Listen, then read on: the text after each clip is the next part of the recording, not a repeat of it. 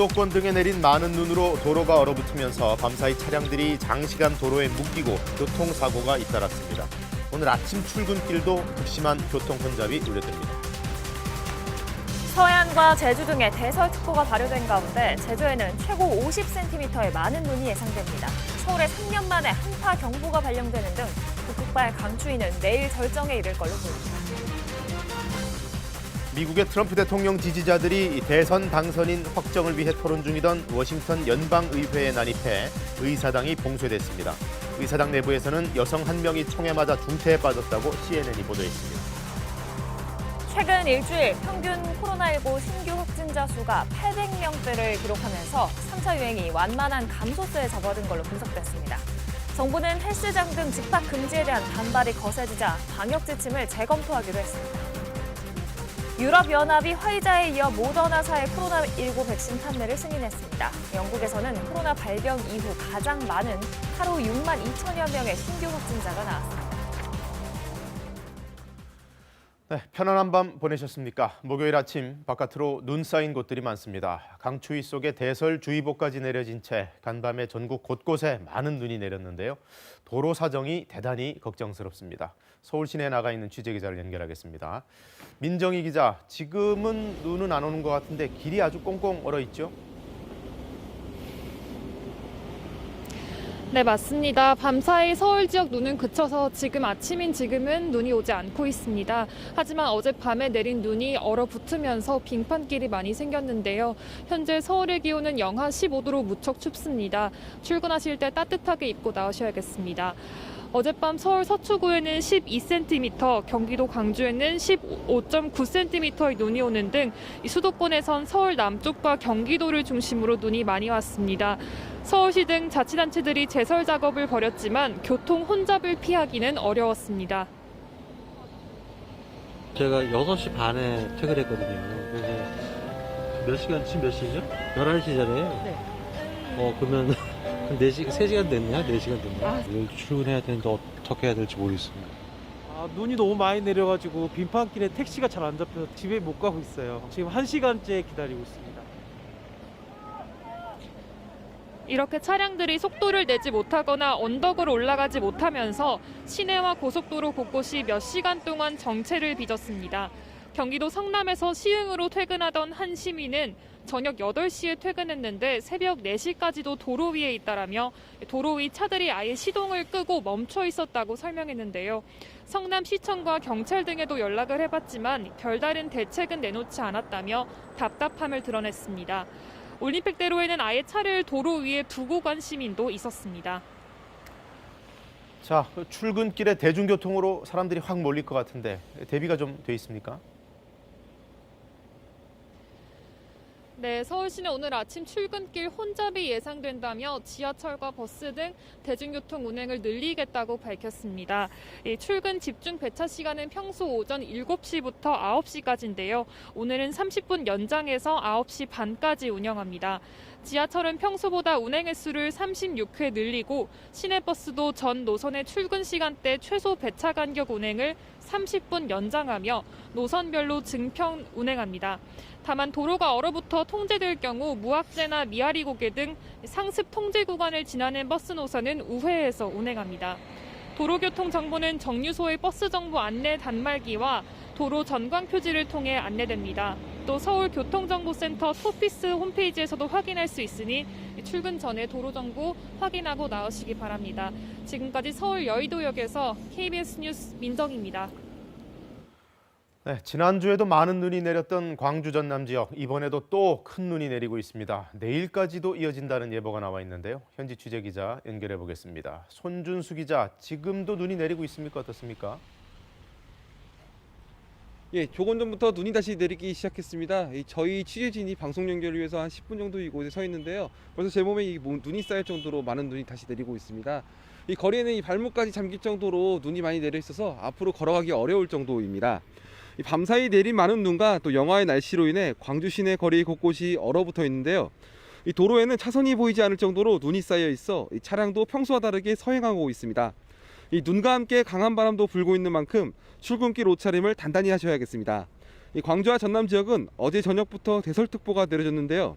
현재 광주와 전남, 담양, 장성에는 대설경보가, 목포와 영광, 순천 등 전남 15개 지역에 대설주의보가 발효됐습니다.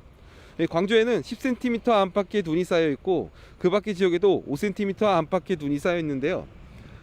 이렇게 많은 눈이 내리면서 전남굴의 성삼재와 진도 두목재 등 도로 2곳이 통제됐으며 무등산과 지리산 탐방로 일부도 통제됐습니다. 이 기상청은 모레까지 광주와 전남 서부 지역에 최고 30cm 이상의 많은 눈이 내리고 그 밖의 지역은 5에서 20cm, 전남 동부 남해안은 1에서 5cm의 눈이 내리겠습니다. 거리 곳곳에 미끄러운 곳이 많으니 차량 운행과 시설물 관리에 각별한 주의하셔야겠습니다. 지금까지 광주 운천저수지에서 KBS 뉴스 손준수입니다. 네, 이렇게 지금은 눈구름이 충청이나 호남, 제주 등 남쪽으로 몰려가 있습니다. 단 눈이 그친 지역들도 심하게는 영하 20도 안팎의 강추위가 이어지기 때문에 빙판길 각별히 조심하셔야겠는데요. 기상센터 연결합니다. 배혜지 캐스터, 먼저 이 대설 상황부터 종합해서 전해주세요. 네, 어제부터 내린 눈 때문에 지금 도로가 많이 미끄럽습니다. 지금 레이더 영상을 살펴보면 서해상에서 눈구름대가 계속해서 만들어지면서 충청과 호남 지역을 중심으로 산발적으로 강한 눈이 쏟아지는 곳이 있는데요. 어제부터 지금까지 임실에는 18.6cm, 경기도 광주에도 14.8cm, 서울 서초구에도 10cm가 넘는 눈이 내려 쌓였습니다. 계속해서 지금 눈이 내리고 있는데요. 충청과 호남 지역을 중심으로는 대설특보가 발효 중입니다. 충청과 호남 지역은 모레까지, 그리고 영남 내륙 지역은 내일까지 눈이 내릴 텐데요. 제주 산지에는 모레까지 50cm 이상, 호남 서부 지역에는 30cm 이상, 충남 서해안과 그 밖의 호남 내륙 지역에는 5에서 최고 20cm 정도의 폭설이 예보되어 있습니다. 충청 내륙 지역에도 최고 10cm 정도의 눈이 더 내릴 것으로 예상됩니다. 그리고 지금 전국 대부분 지역에는 한파특보가 내려져 있는데요. 서울에는 한파경보가 발효 중입니다. 3년 만에 처음으로 지금 한파경보가 내려져 있는 상황이고 제주 산지인 한라산에도 한파경보가 내려져 있습니다. 이는 한파특보 제도가 시행된 지 57년 만에 처음으로 내려진 겁니다. 지금 내륙 지역을 중심으로는 영하 20도 안팎의 추위가 이어지고 있는데요. 철원, 임남은 아침 기온이 영하 25.6도까지 떨어졌고요. 동두천이 영하 17.7도, 서울은 영하 15.5도로 어제보다 기온이 더 낮습니다. 지금 서울의 체감온도가 영하 24도까지 떨어져 있는 만큼 실제 기온보다 10도가량 체감온도가 더 낮습니다. 나가실 때 따뜻하게 챙겨 입으셔야겠습니다. 이 추위의 절정은 내일이 되겠습니다. 내일 서울의 아침 기온 영하 17도까지 떨어지겠고요. 오늘과 내일은 낮 기온이 영하 10도 안팎에 머물 것으로 예상됩니다. 내일이 지나면 기온이 조금씩 오르긴 하겠지만 주말까지도 강추위는 계속되겠습니다. 지금까지 기상센터에서 전해드렸습니다. 네, 다음은 제주로 가보겠습니다. 대설특보가 내려진 가운데 모레까지 무려 50cm의 눈이 예보됐는데요. 이 눈만이 아니라 한파경보도 내려졌습니다. 57년 만의 일입니다. 취재기자 연결합니다. 임현희 기자. 눈이 지금 엄청 쏟아지는 걸로 아는데 여기 한파까지 매섭다고요? 네, 그렇습니다. 제주 역시 매서운 한파가 기승을 부리고 있습니다. 57년 만에 한파 경보가 발효된 제주도 산지에는 오늘 최저 기온이 영하 14.7도까지 떨어졌습니다. 산지엔 새벽부터 대설 경보도 발효돼 오늘 오전 5시까지 윗새우 오름에는 16.9cm 등의 적설량을 보이고 있습니다. 모레까지 산지에 50cm 이상의 눈이 쌓일 것으로 예보됐습니다. 산지에 내리는 눈의 영향으로 1100도로에는 모든 차량의 운행이 통제되는 등 중산간도로에도 교통 통제가 이어지고 있습니다. 제주 전역에 강풍주의보도 내려졌는데요. 제주공항에는 급변풍특보와 강풍특보가 발효돼 현재까지 제주로 오가는 항공편 19편이 사전 결항됐습니다. 기상 상황이 좋지 않은 만큼 항공기 이용객들은 운항 정보를 사전에 확인해야 합니다. 제주 북부와 서부 동부 앞바다에 풍랑 경보가 내려지는 등 제주 전해상에 풍랑 특보가 내려져 높은 물결이 일고 있습니다. 이로 인해 소형 선박 운항은 물론 제주와 다른 지역을 연결하는 7개 항로 모두 대형 여객선 운항이 통제됐습니다. 지금까지 제주에서 KBS 뉴스 임현입니다.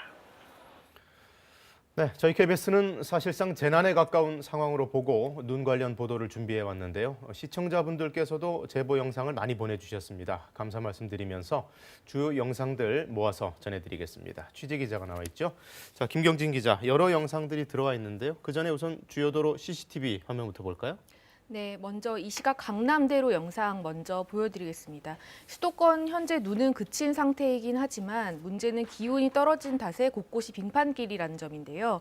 아직 본격적인 출근길은 시작되지 않아서 한산한 모습이긴 합니다만 보시면 모든 차선이 꽁꽁 얼은 빙판길 모습 보실 수 있습니다. 네. 이 새벽에 저희 방송을 위해서 출근하던 직원들도 바퀴가 헛돌아서 위험한 순간이 많았다고 전하고 있습니다. 네, 저도 그랬습니다. 네, 다음 서초대로 영상 보시겠습니다. 역시 특히 서울에서도 강남 일대 어젯밤 눈이 많이 내렸었거든요. 네. 오늘 본격적인 출근길이 시작되면 보시면 꽁꽁 언 상태가 여전하기 때문에 사고가 날 수 있어서 각별한 주의가 필요합니다. 이어서 KBS로 들어온 제보 영상 보여드리겠습니다. 보시면 버스가 승용차를 들이받고 그 승용차가 다시 버스를 밀고 있는 모습 보실 수 있는데요. 네네. 그 뒤에 있는 버스까지 또 한 번 들이받아서 연쇄 교통사고가 일어났습니다. 아이고, 차량 아찔하네. 넉 대 이상이 서로 부딪힌 사고였는데요. 어제 저녁 9시 45분에 수원 권선구 서둔동 수원역 고가 부근에서 시청자 윤영찬 씨가 촬영하신 영상인데 다행히 승용차 운전자는 밖으로 나와 있어서 인명 피해는 없었다고 전해주셨습니다. 천만다행입니다. 네, 그렇습니다. 다음 영상 보여드리겠습니다. 이 다음 영상은 어제 저녁이죠. 7시 50분쯤 시청자 이정무 씨가 경기도 성남시 분당구 정자동에서 촬영한 건데 7시 50분쯤이면 한창 눈이 많이 올 때입니다. 이 당시에 음식 배달을 하고 복귀하는 중에 촬영하신 영상이라고 하는데 예. 이 30분 만에 갑자기 앞이 안 보일 만큼 많은 눈이 쏟아졌다라고 말씀을 해주셨고요. 갑자기 내린 눈에 차들이 제대로 속도를 내지 못하고 길도 굉장히 미끄러웠다고 합니다. 네. 이 모든 배달을 당시 취소했다고 하고요. 이 위험하기 때문에 배달은 좀 자제하고 포장을 하는 게 좋을 것 같다라는 당부도 함께 남겨주셨습니다.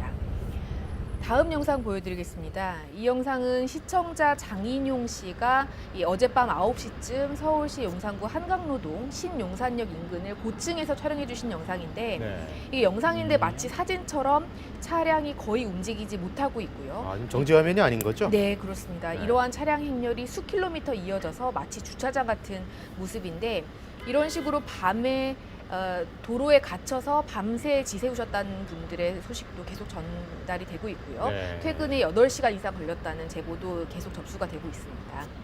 네, 다음 영상 보여드리겠습니다. 다음 영상은 오늘 새벽 0시 35분쯤 서울시 강남구 삼성동에서 시청자 배경원 씨가 촬영해 주신 영상인데 버스가 눈길에 갇혀서 움직이지 못하는데 시민들이 1명, 2명 모여들기 시작하더니 함께 버스를 밀었고 처음에는 움직이지 않을 것 같던 버스가 시민들이 여러 명 함께 힘을 합치니 움직이기 시작했다. 네. 이 광경을 보면서 굉장히 또 감동을 받았다라는 시청자 제보 영상입니다. 보시면 오르막길이라서 굉장히 무거운 버스인데도 시민들이 힘을 합치니까 버스가 네. 서서히 이동하는 모습 보실 수 있습니다. 다만 도와주실 때는 뒤에서 오는 차량들을 좀 신경 쓰시면서 조심하시면서 하셔야 될 것 같아요. 그렇습니다. 다음 마지막 영상 보여드리겠습니다. 어제 오후 8시 30분쯤에 서초구 방배동 까치고개 상황이라고 하고요. 이 경찰관들이 도와서 시민들과 함께 차를 밀고 있는데 이렇게 도움을 받아서 겨우 차를 움직일 수 있었다는 분들이 많았고 이런 시민들의 도움에 따스함을 느꼈다는 제보도 여러 건 접수됐습니다. 네, 제보 영상 살펴봤습니다. 김경진 기자였습니다. 수고하셨습니다. 자, 미국에서 트럼프 대통령 지지자들이 연방의회에 난입해 의사당이 봉쇄되는 사태가 발생했습니다. 상하원에서 바이든 대통령 당선인의 지위 확인 절차를 진행 중인 상황이었는데요. 그걸 물리적으로 막으려는 집단 행동이었습니다. 워싱턴에는 지금 통행 금지령까지 내려졌습니다. 현지 연결합니다. 김기현 특파원, 그 상하원 회의를 처음부터 노리고 시위대가 들이닥친 거죠? 네, 그렇습니다. 미 상하원이 합동회의를 시작하는 시간에 맞춰 트럼프 대통령 지지 시위대가 의사당으로 난입한 겁니다. 일부 시위대는 의사당 내부로 진입해 트럼프가 이겼다는 구호를 외치기도 했습니다. 일부는 회의장을 점거했다는 소식까지 나오고 있습니다. 이 과정에서 의회 경비대 소속으로 추정되는 요원들이 총을 겨누는 모습이 포착되기도 했습니다. CNN은 의사당 내부에서 실제 발포가 있었고 여성 한 명이 가슴에 총을 맞아 중태에 빠졌다고 보도하기도 했습니다. 수백 명에 이르는 시위대가 경찰이 설치한 바리케이드를 넘어 의사당 쪽으로 진입하는 과정에서는 최루가스가 난무하는 등 극히 혼란스러운 상황이 계속됐습니다. 현재 미국의 의사 일정은 전면 중단됐고 뮤리엘 바워 워싱턴 시장은 현지 시각 오후 6시부터 통행 금지령을 내렸습니다. 자, 그 의사당에서 진행되고 있던 회의는 구체적으로 어떤 회의였습니까? 네, 바이든 차기 대통령 당선인의 법적 지위를 확인하는 절차가 진행 중이었는데요. 회의를 주재하던 마이크 펜스 부통령과 일부 상원 의원들은 대피했고 의사당은 현재 봉쇄된 상태입니다. 낸시 펠로시 의장을 비롯한 하원 의원들 역시 긴급 대피했으며 의사당 내 각 회의실 문은 현재 안전을 위해 잠겨 있는 것으로 알려졌습니다. 하원 본회의장에서는 일부 의원들이 아직까지 대피하지 못한 채 남아있는 것으로도 전해졌습니다. 자, 미국 의회 하면 민주주의의 상징과도 같은 곳인데 이런 일이 벌어졌네요. 아무래도 트럼프 대통령이 대선에 불복하고 있는 것과 무관치가 않겠죠? 네, 트럼프 대통령은 상하원 합동회의 직전에 백악관 앞에 집결한 시위대 앞에서 연설을 했습니다. 1시간가량 계속됐는데 대선 불복 입장과 논리는 예전과 똑같았습니다. 그러면서 펜스 부통령을 거듭 압박했습니다. 트럼프 대통령 연설 내용 잠시 들어보시겠습니다. All Vice President Pence has to do is send it back to the states to recertify, and we become president, and you are the happiest people. 트럼프 대통령은 다만 충돌 사태가 빚어지자 평화 시위를 요구하고 자제를 당부하기도 했습니다. 트윗을 통해 의회 경찰과 법 집행관들을 지지해달라며 그들은 진정 미국의 편이라고 한 겁니다. 폭력 사태가 벌어짐에 따라 미국의 차기 대통령을 확정짓는 의회 논의 과정의 차질은 물론 앞으로 전국에 끼치게 될 파장이 만만치 않을 것으로 예상됩니다. 하지만 시위대 난입에도 불구하고 미 의회는 의사당이 정돈되는 대로 바이든 당선인의 인증 절차를 재개할 것으로 예상됩니다. 지금까지 워싱턴에서 전해드렸습니다. 네, 이어서 국내 코로나19 소식 정리해 보겠습니다. 어제도 신규 확진자는 1,000명 밑으로 나왔고요. 정부는 느리지만 감소세가 분명히 보인다고 설명했습니다. 다만 사회적 거리두기 아직 단계를 낮출 상황은 아니라는 점 분명히 했습니다. 취재기자 연결합니다. 김기화 기자, 일단 3차 유행의 정점은 지났다고 보는 게 정부 시각인 거죠? 네, 그렇습니다. 정부는 최근 일주일간 하루 평균 국내 발생 환자 수가 800명대, 정점을 지나서 완만한 감소세를 보이고 있는 것으로 분석했습니다. 어제 0시를 기준으로 코로나19 신규 확진자는 840명으로 집계됐습니다. 국내 발생이 809명, 해외 유입 사례는 31명입니다. 위중증 환자는 411명입니다. 사망자는 20명 늘어서 누적 사망자는 1,027명입니다. 이 병상 여력도 상당 부분 획복돼서요. 이 수도권의 하루 이상 병상 대기자는 사흘째 한 명도 없었습니다. 중환자 병상은 전국에 177개, 수도권에는 82개가 남아 있습니다. 정부는 그동안 이 선제 검사와 강력한 거리두기 효과가 느리게 나타나고 있는 것으로 평가했습니다.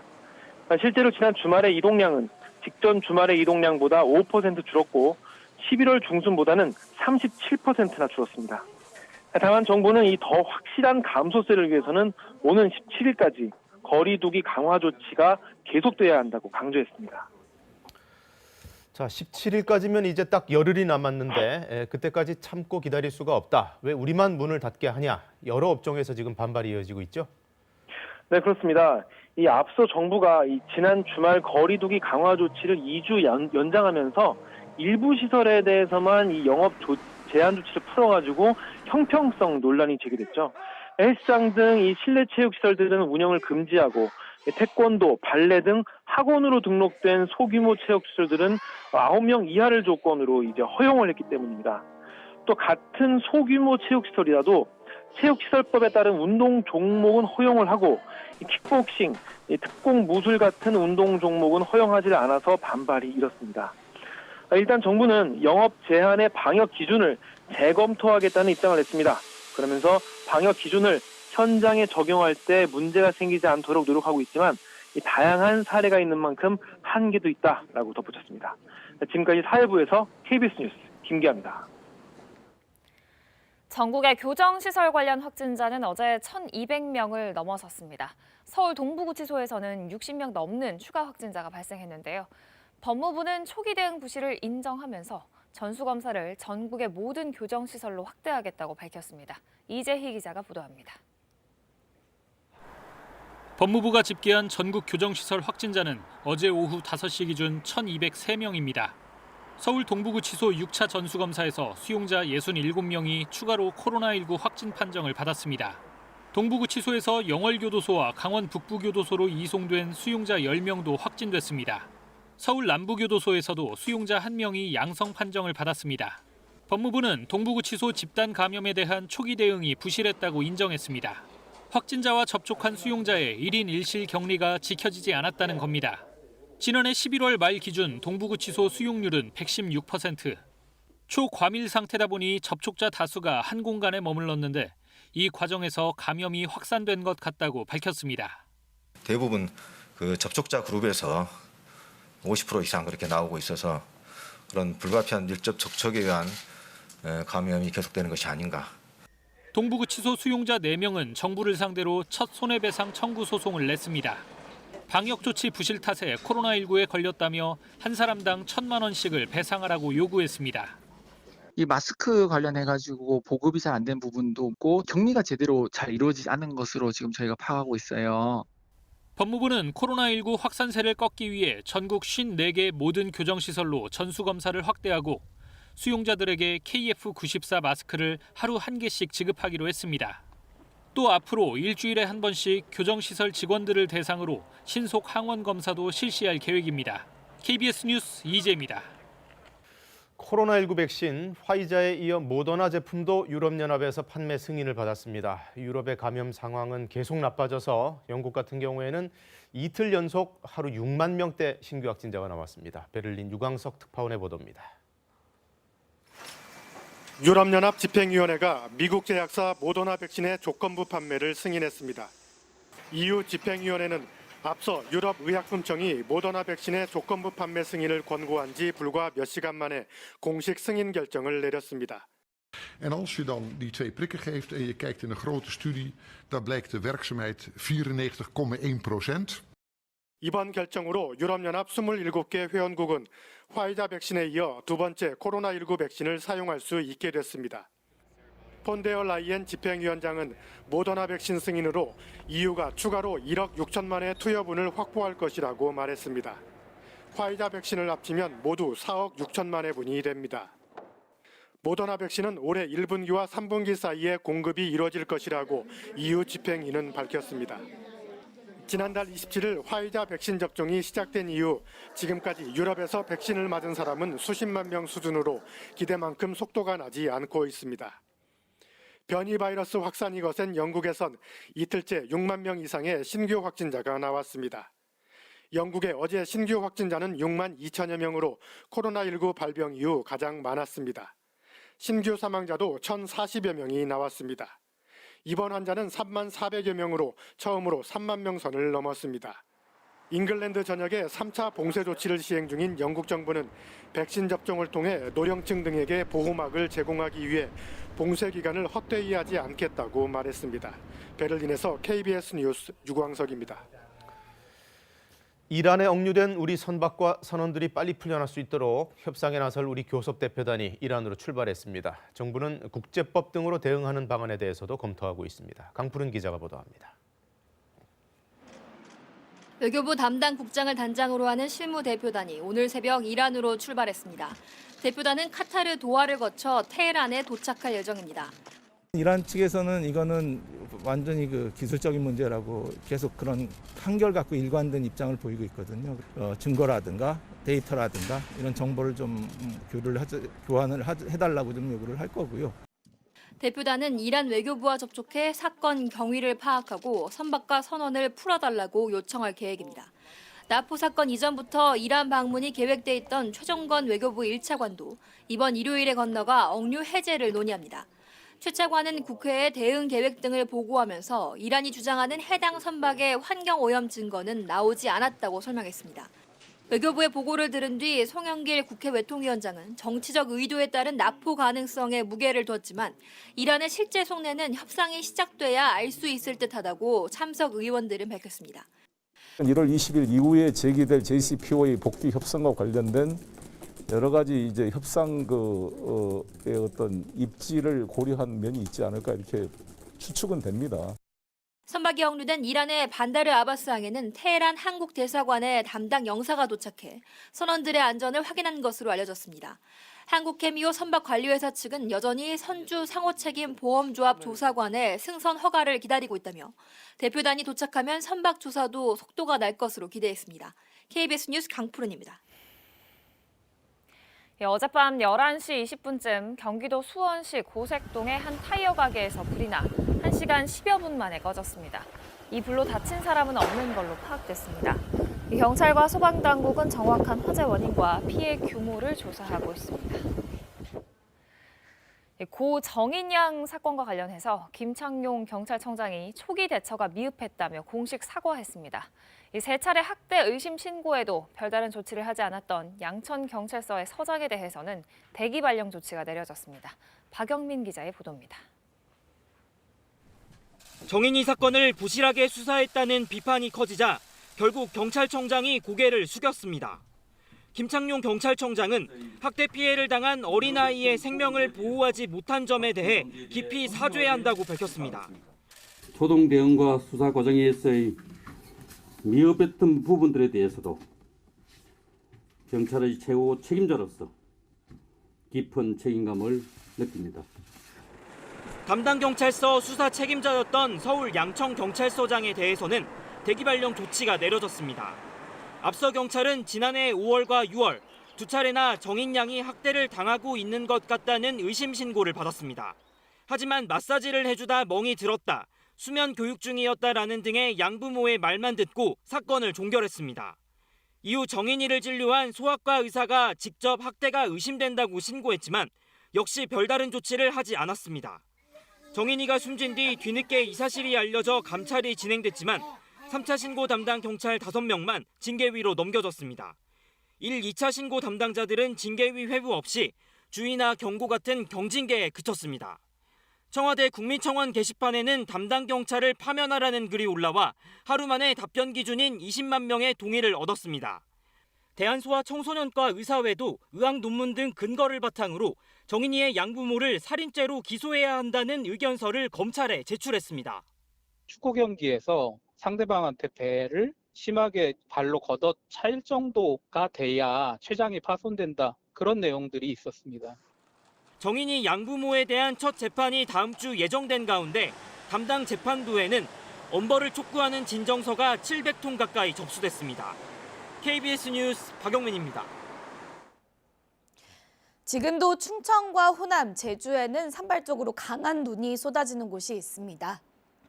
오늘 어제부터 지금까지 임실에는 18.6cm 정도의 눈이 내려 쌓였고요. 서울 서초구에도 10cm가 넘는 눈이 내려 쌓였습니다. 지금 충청과 호남, 제주에는 대설특보가 발효 중인데요. 이 지역은 모레까지 길게 눈이 내릴 것으로 예상됩니다. 제주 산지에는 50cm 이상, 호남 서해안 지역에는 30cm가 넘는 눈이 내리겠고요. 충남 서해안 지역과 호남 내륙 지역에는 최고 20cm의 눈이 예상됩니다. 그 밖에 충청 내륙 지역에도 최고 10cm 정도의 눈이 내릴 것으로 예상돼 피해 없도록 유의하셔야겠습니다. 추위도 계속되고 있습니다. 전국 대부분 지역에 한파특보가 발효 중인데요. 서울에는 3년 만에 한파 경보가 내려져 있습니다. 오늘 아침 철원 임남은 영하 25.8도로 출발했고요. 서울도 영하 15.7도까지 떨어졌습니다.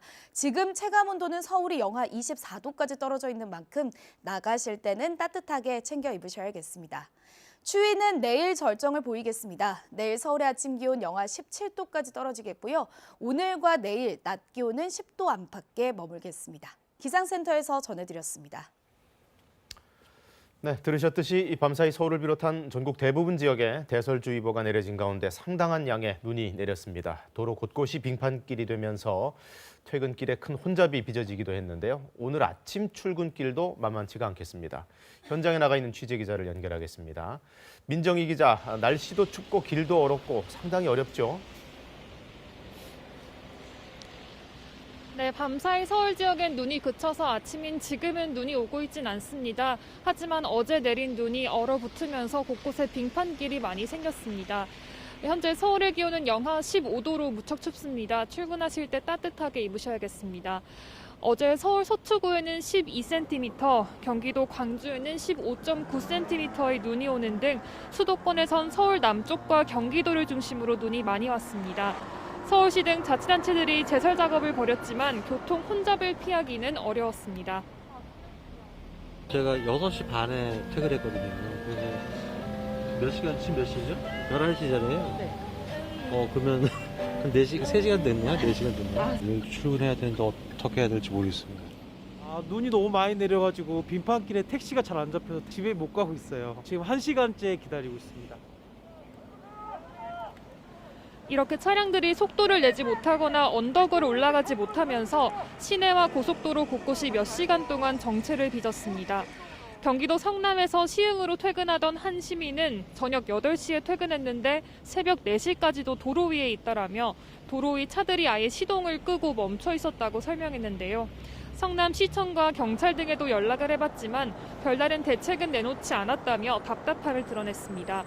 올림픽대로에는 아예 차를 도로 위에 두고 간 시민도 있었습니다.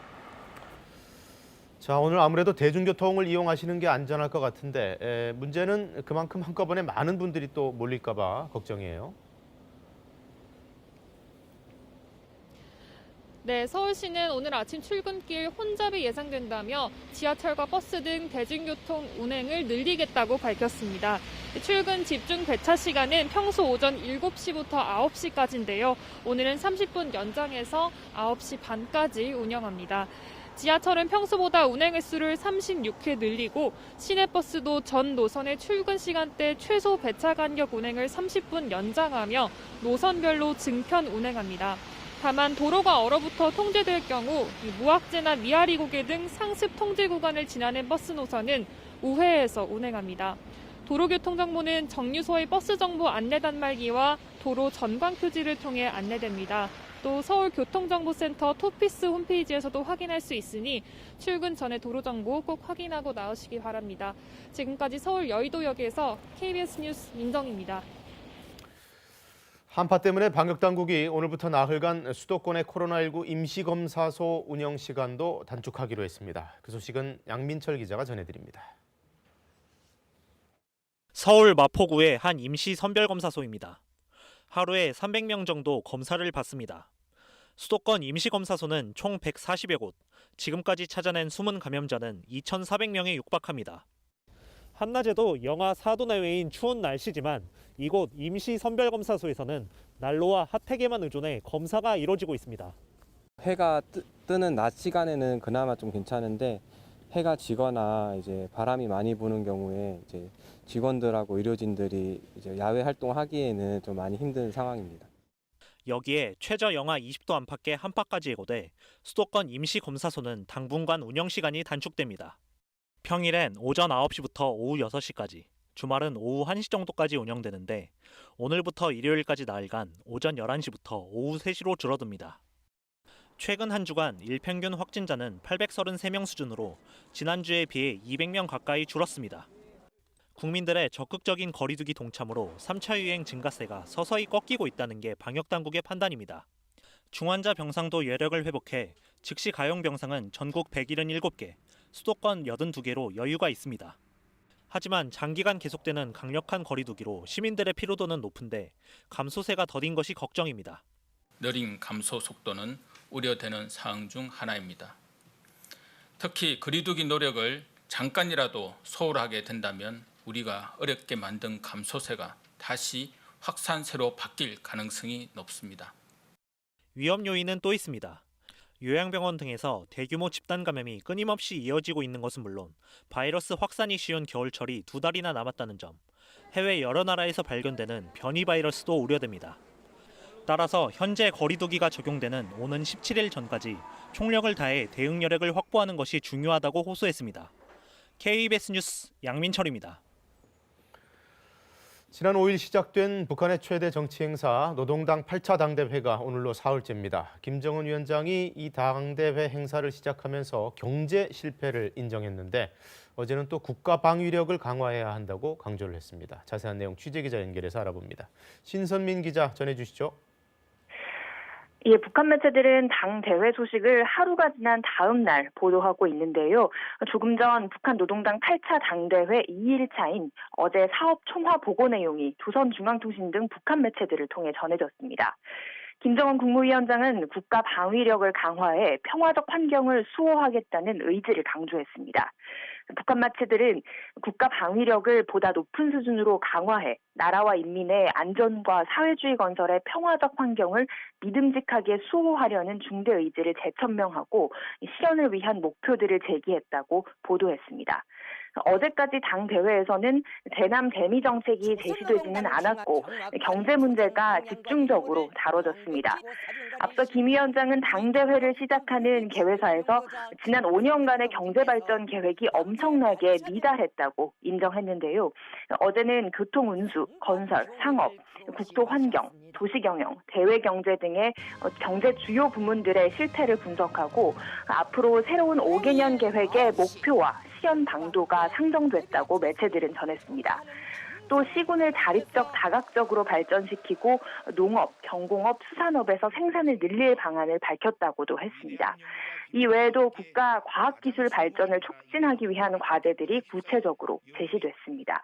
사업 총화 보고는 사흘째인 오늘 현재도 진행 중이라고 북한 매체들은 덧붙였습니다. 이어질 당대회 일정에서 내부의 경제 문제에 이어 대남 대미 정책을 앞으로 어떻게 가져갈지에도 관심이 모아지고 있습니다. 지금까지 통일외교부에서 전해드렸습니다.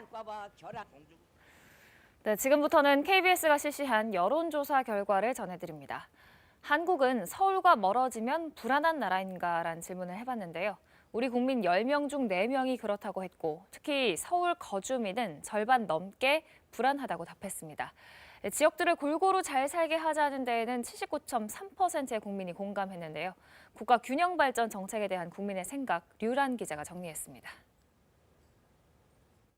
먼저 현재 수도권 집중 정도와 향후 전망에 대한 인식을 알아봤습니다. 8가지 보기를 주고 현재 수도권 집중이 가장 심각하다고 생각하는 분야 1개를 선택했을 때는 일자리가 가장 많이 꼽혔습니다. 다음으로 주거, 인구, 교육 순이었습니다. 그런데 2가지를 선택했을 때는 역시 일자리가 가장 많았지만 2위로는 교육이 꼽혔습니다. 앞으로 10년간 수도권 집중 현상이 어떻게 변할 건지에 대해선 심화될 것이다가 40.5%로 완화될 것이다 23.0%보다 높았습니다. 지금과 비슷할 것이라는 응답은 34.5%였습니다. 현재 거주하는 지역의 발전 정도는 어떻게 생각하고 있을까요? 발전된 편이라는 응답이 낙후됐다는 응답보다 많았는데 지역별로 나눠서 보면 수도권 거주 응답자는 발전된 편으로 반대로 호남과 대구, 경북 응답자는 낙후됐다고 생각하고 있었습니다. 다음은 국가 균형 발전에 대한 인식. 어느 지역이든 골고루 잘 살게 만들자는 균형 발전 정책의 필요성에 전체 79.3%가 공감했습니다. 균형 발전 방식으로는 비수도권에 대한 투자와 개발이 규제를 통한 수도권 집중 제한보다 3배 넘는 지지를 받았습니다. 정부가 추진 중인 균형 발전 정책들 중에선 중앙 권한의 획기적 지방 이양, 네트워크형 지방 행정 체계 구축, 자치단체의 자치 역량 제고가 비슷한 지지를 얻었는데 수도권에서는 지방 행정 체계 구축이, 비수도권은 중앙 권한의 지방 이양 응답이 가장 높았습니다. 현 정부의 균형 발전 정책에 대해서는 긍정보다 부정 평가가 높았습니다.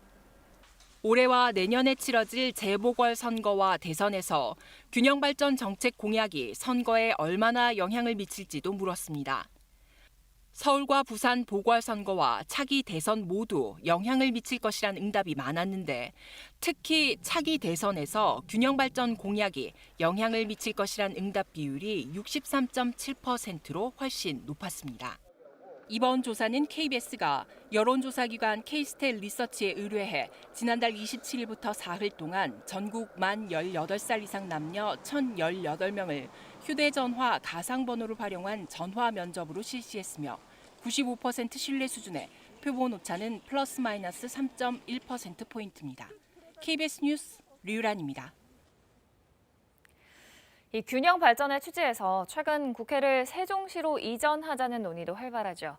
이에 대해서는 찬성한다는 의견이 절반을 넘었습니다. 반면에 청와대 이전에는 반대한다는 의견이 더 많았는데요. 이어서 박진수 기자가 전해드립니다. 올해 예산안엔 여야 합의로 국회 세종의사당 기본 설계비 147억 원이 반영됐습니다. 21대 국회에서는 세종의사당의 터를 닦아야 합니다.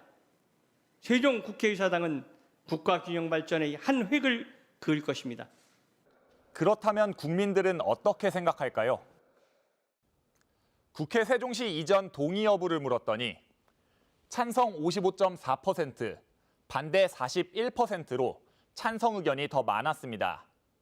지역별로는 대전, 세종, 충청이 71.9%로 가장 높은 찬성 의견을 보였고 강원과 제주, 찬반 의견이 비슷했습니다.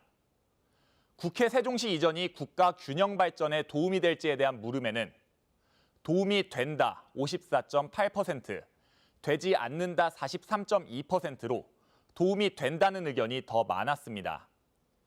세종시 이전에 찬성하는 사람들은 어떤 이전 방식을 선호할까요? 본회의장을 포함한 전부 이전, 11개 상임위 우선 이전, 본회의장을 제외한 전체 상임위 동시 이전을 물었더니 과반이 본회의장을 포함해 국회 전체를 이전하는 방안을 선호한다고 답했습니다.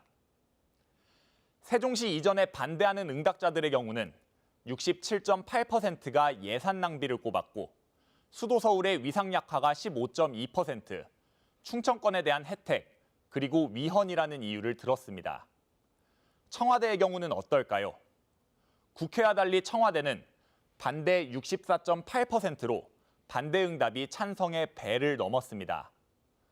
국가 주요 기관들을 세종시로 이전하는 방식에 대해선 10명 중 7명이 국민투표를 거치는 것이 적절하다고 답했습니다. 마지막으로 수도권 공공기관들을 지방으로 이전하는 것이 균형 발전에 도움이 되었느냐는 질문에는 63.8%가 도움이 되었다고 답했습니다. 이번 조사는 KBS가 여론조사기관 K-스탯 리서치에 의뢰해 지난달 27일 일요일부터 사흘 동안 전국 만 18세 이상 남녀 1,018명을 휴대전화 가상번호를 활용한 전화 면접으로 실시했으며 95% 신뢰 수준에서 표본 오차는 플러스 마이너스 3.1%포인트입니다. KBS 뉴스 박진수입니다. 국내 코로나19 3차 유행의 정점은 지났다는 진단이 나왔습니다만 생활 속 감염이 늘어난 부분은 여전히 큰 위험 요소입니다. 그래서 거리 두기가 정말 중요하다. 당국이 다시 한번 강조하면서요. 또 몇 가지 위험 요인들을 설명했는데요. 들어보시죠. 그간의 선제 검사와 국민들께서 참여해주고 계신 거리 두기를 통해 느리지만 효과가 나타나고 있습니다. 감염 양상을 고려할 때 앞으로의 감소 추세는 느리고 완만할 것으로 예상합니다. 이번 3차 유행 같은 경우는 워낙 일상생활에 있었던 감염들이 많기 때문에 특별한 조치를 통해서 어떤 확진자 수를 방역 조치라든지 이런 것을 통해서 감소시키기는 제한이 있고 국민들의 어떤 거리 두기에 대한 적극적인 참여 이 부분이 가장 감소세를 반전시키는 데 중요한 요인들이라고 판단을 하고 있습니다. 따라서 감소 속도는 상당히 완만하게 이제 감소할 가능성이 높다. 장기화된 거리 두기에 따른 피로감이 곳곳에서 누적되어 있는 상황에서 느린 감소 속도는 우려되는 사항 중 하나입니다.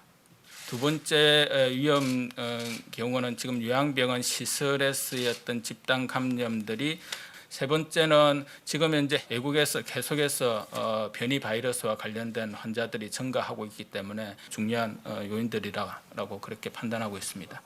지금 현재는 총 8개 시도에서 감염병 전담 요양병원을 지정해서 운영할 계획입니다. 다만 이 숫자는 언제든지 늘어날 가능성들이 있습니다. 각 시도마다 한계 소식 지정을 할 수도 있지만 지금 현재는 권역별 대응들을 하고 있기 때문에 권역별 대응에 맞추어서 지자체와 중수본이 협의해서 이 부분이 이루어지고 있다라는 말씀을 드립니다.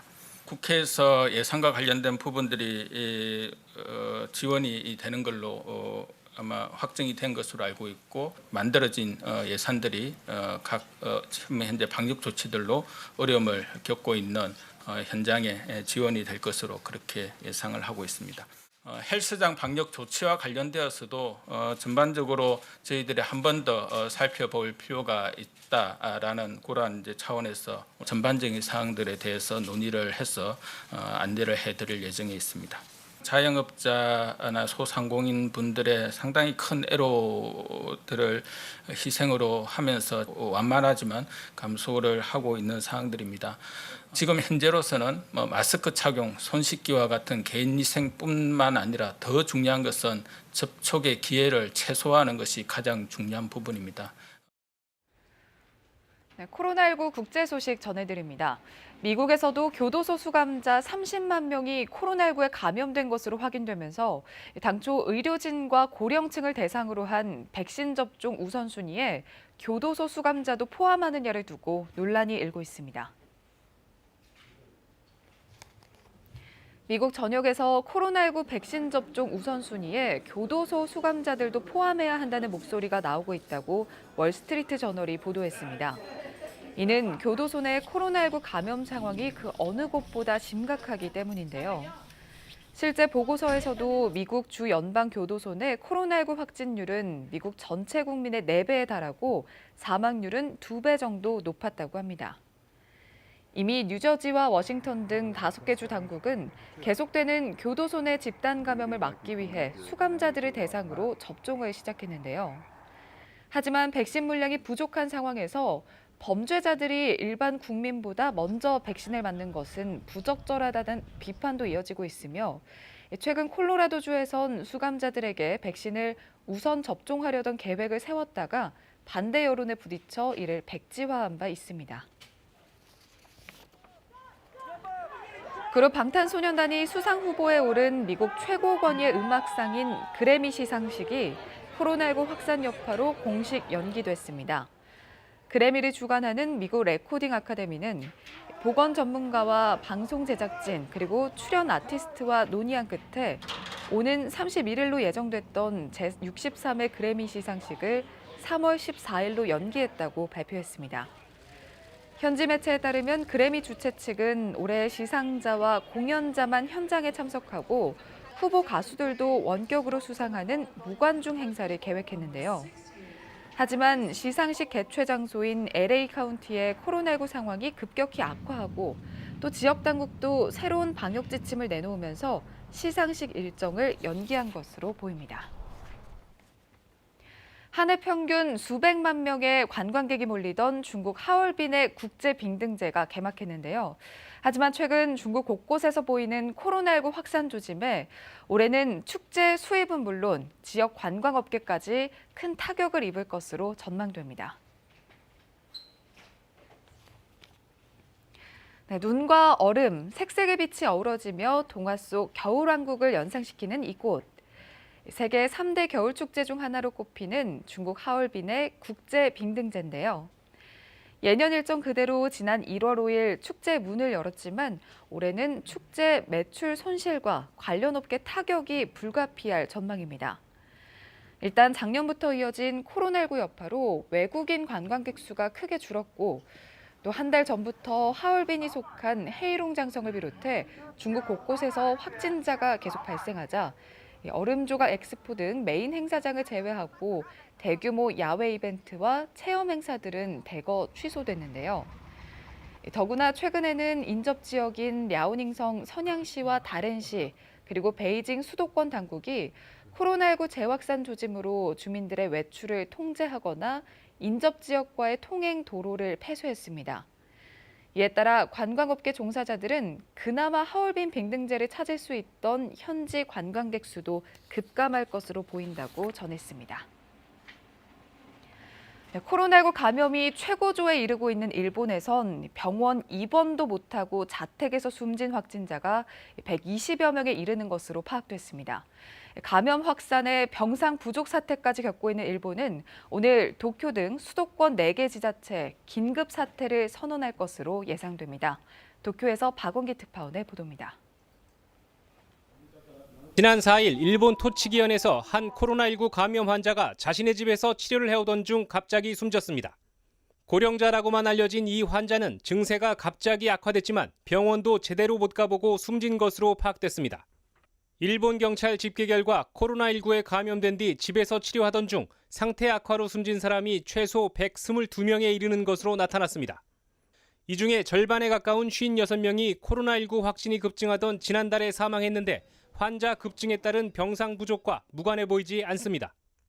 健康状態を定期的にしっかりと把握して速やかに病院に移動させるようなですね、そういうふうな対策がさらに必要になってくると思います。 도쿄도에만 입원 환자가 3,000명을 넘어 역대 가장 많은 숫자를 기록했습니다. 코로나19 환자의 병상 사용률이 86%에 이르면서 의료 체제가 붕괴 위기에 처했다는 분석까지 나오고 있습니다. 전국 신규 확진자가 역대 최대치를 찍은 가운데 일본 정부는 오늘 도쿄 등 수도권 4개 지자체에 긴급 사태를 선언할 것으로 예상됩니다. 尾身会長もおっしゃっておられますように、飲食を介しての感染リスクを減らすということが必要であって、そのためにどう効果的な強い対策を取っていくかということだというふうに思っております。 하지만 주로 음식점 영업시간 단축에 중점을 둔 이번 조치가 감염 확산 방지에 어떤 효과가 있을지 공식 발표 전부터 실효성에 의문이 제기되고 있습니다. 도쿄에서 KBS 뉴스 박원기입니다. 코로나19 관련해서 국내 소식도 몇 가지 더 전해드리겠습니다. 첫 번째 키워드부터 살펴보겠습니다.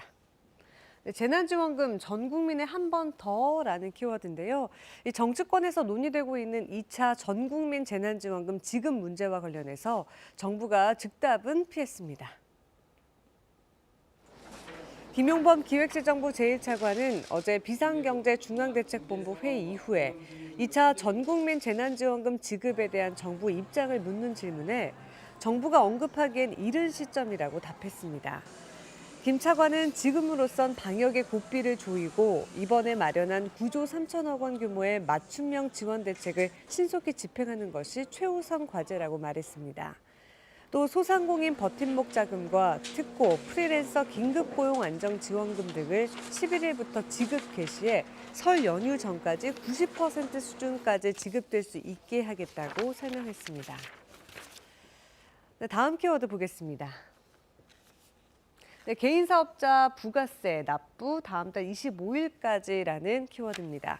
국세청이 코로나19에 따른 상황을 고려해서 개인 사업자의 이번 부가가치세 신고 납부 기한을 다음 달 25일까지로 한 달 연장했습니다. 이번 신고 대상 사업자는 개인, 법인 사업자를 모두 포함해서 지난해보다 33만 명 늘어난 786만 명입니다. 다만 법인 사업자는 종전대로 이번 달 25일까지 신고 납부해야 하므로 주의하셔야 합니다. 한편 영세 사업자는 세금 감면을 받을 수 있는데요. 국세청이 지난해 한시적으로 소규모 개인 사업자에 대한 부가가치세 감면 제도를 신설했습니다. 과세 기간 공급가액이 4천만 원 이하면서 부동산 매매업이나 유흥업소가 아닌 개인 일반 과세자라면 납부세액이 간이 과세자 수준인 5에서 30%로 줄어듭니다. 네, 다음 키워드 보겠습니다. 네, 이달 28일부터 농축산물 할인 행사한다는 내용입니다.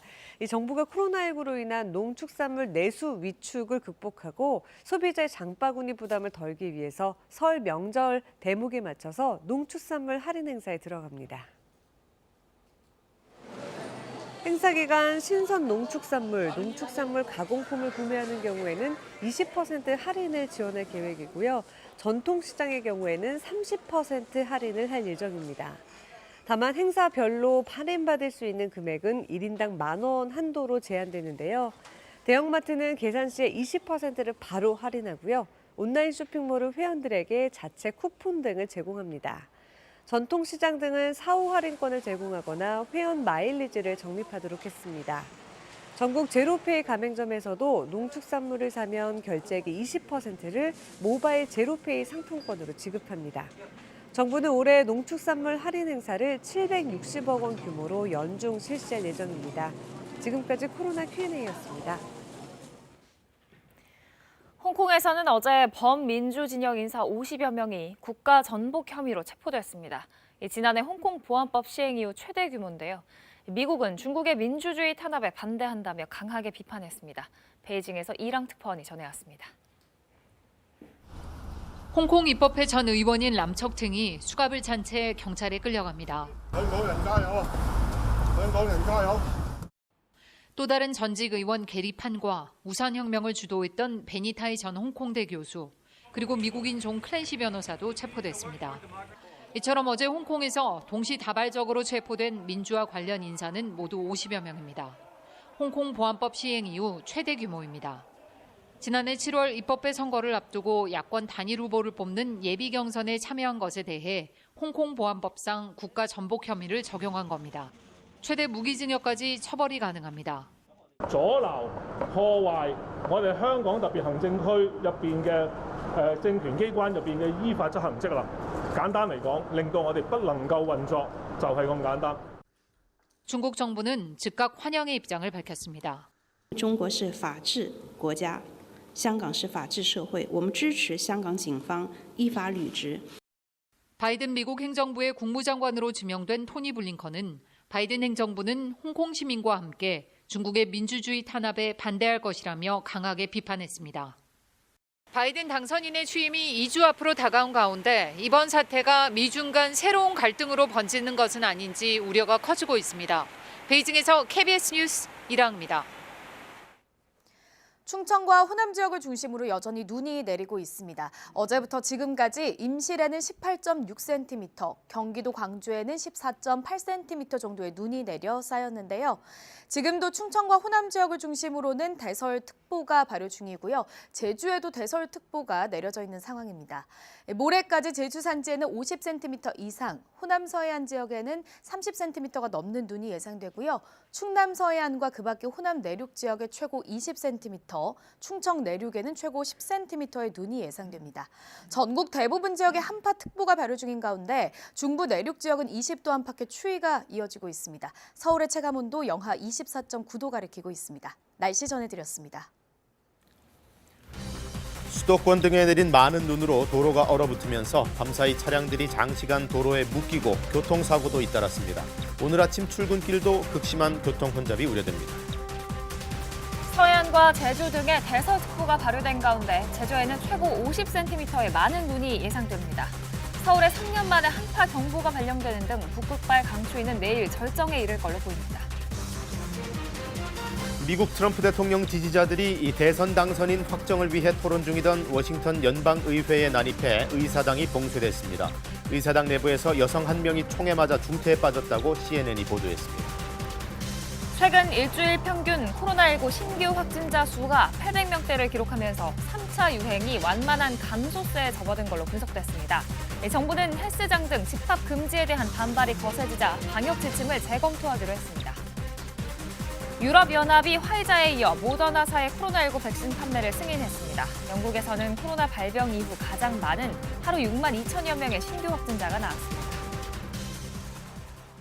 네, 출근길 여유를 좀 갖고 움직이셔야겠습니다. 바깥으로 눈 쌓인 곳이 많고 기온도 대단히 낮습니다. 저도 오늘 새벽에 차를 몰고 출근하다가 빙판길에서 차량이 잠시 도는 아찔한 상황이 있었습니다. 먼저 도심 교통 상황부터 알아보겠습니다. 민정희 기자가 바깥에 나가 있습니다. 자, 민 기자, 눈이 지금은 그쳤어도 이미 내린 눈 때문에 상당히 위험한 상황이죠? 맞습니다. 밤사이 눈은 그쳤지만 왔던 눈이 얼면서 곳곳에 빙판길이 많이 생겼습니다. 현재 서울의 기온은 영하 15도로 무척 추운데요. 출근하실 때 따뜻하게 입고 나오셔야겠습니다. 어젯밤 서울 서초구에서는 12cm, 경기도 광주에서는 15.9cm의 눈이 오는 등 수도권에선 서울 남쪽과 경기도를 중심으로 눈이 많이 왔습니다. 서울시 등 자치단체들이 제설 작업을 벌였지만 교통 혼잡을 피하기는 어려웠습니다. 제가 6시 반에 퇴근했거든요. 몇 시간, 지금 몇 시죠? 11시잖아요? 네. 그러면 3시간 됐네요? 4시간 됐네요? 출근해야 되는데 어떻게 해야 될지 모르겠습니다. 눈이 너무 많이 내려가지고 빙판길에 택시가 잘 안 잡혀서 집에 못 가고 있어요. 지금 1시간째 기다리고 있습니다. 이렇게 차량들이 속도를 내지 못하거나 언덕을 올라가지 못하면서 시내와 고속도로 곳곳이 몇 시간 동안 정체를 빚었습니다. 경기도 성남에서 시흥으로 퇴근하던 한 시민은 저녁 8시에 퇴근했는데 새벽 4시까지도 도로 위에 있다며 도로 위 차들이 아예 시동을 끄고 멈춰 있었다고 설명했는데요. 성남시청과 경찰 등에도 연락을 해봤지만 별다른 대책은 내놓지 않았다며 답답함을 드러냈습니다. 올림픽대로에는 아예 차를 도로 위에 두고 간 시민도 있었습니다. 자, 상황이 그렇다 보니까 오늘 아침 대중교통으로 왕창 몰릴 것 같은데 대책이 좀 있어야겠어요. 네, 서울시는 오늘 아침 출근길 혼잡이 예상된다며 버스와 지하철 등 대중교통을 늘리겠다고 밝혔습니다. 이 출근 집중 배차 시간은 오전 7시부터 오전 9시까지인데요. 오늘은 30분 연장해서 9시 반까지 운영합니다. 지하철은 평소보다 운행 횟수를 36회 늘리고 시내버스도 전 노선의 출근 시간대 최소 배차 간격 운행을 30분 연장하며 노선별로 증편 운행합니다. 다만 도로가 얼어붙어 통제될 경우 무악재나 미아리 고개 등 상습 통제 구간을 지나는 버스 노선은 우회해서 운행합니다. 도로교통정보는 정류소의 버스 정모 안내 단말기와 도로 전광 표지를 통해 안내됩니다. 또 서울교통정보센터 토피스 홈페이지에서도 확인할 수 있으니 출근 전에 도로 정보를 확인하고 나오시기 바랍니다. 지금까지 서울 여의도역에서 KBS 뉴스 민정입니다.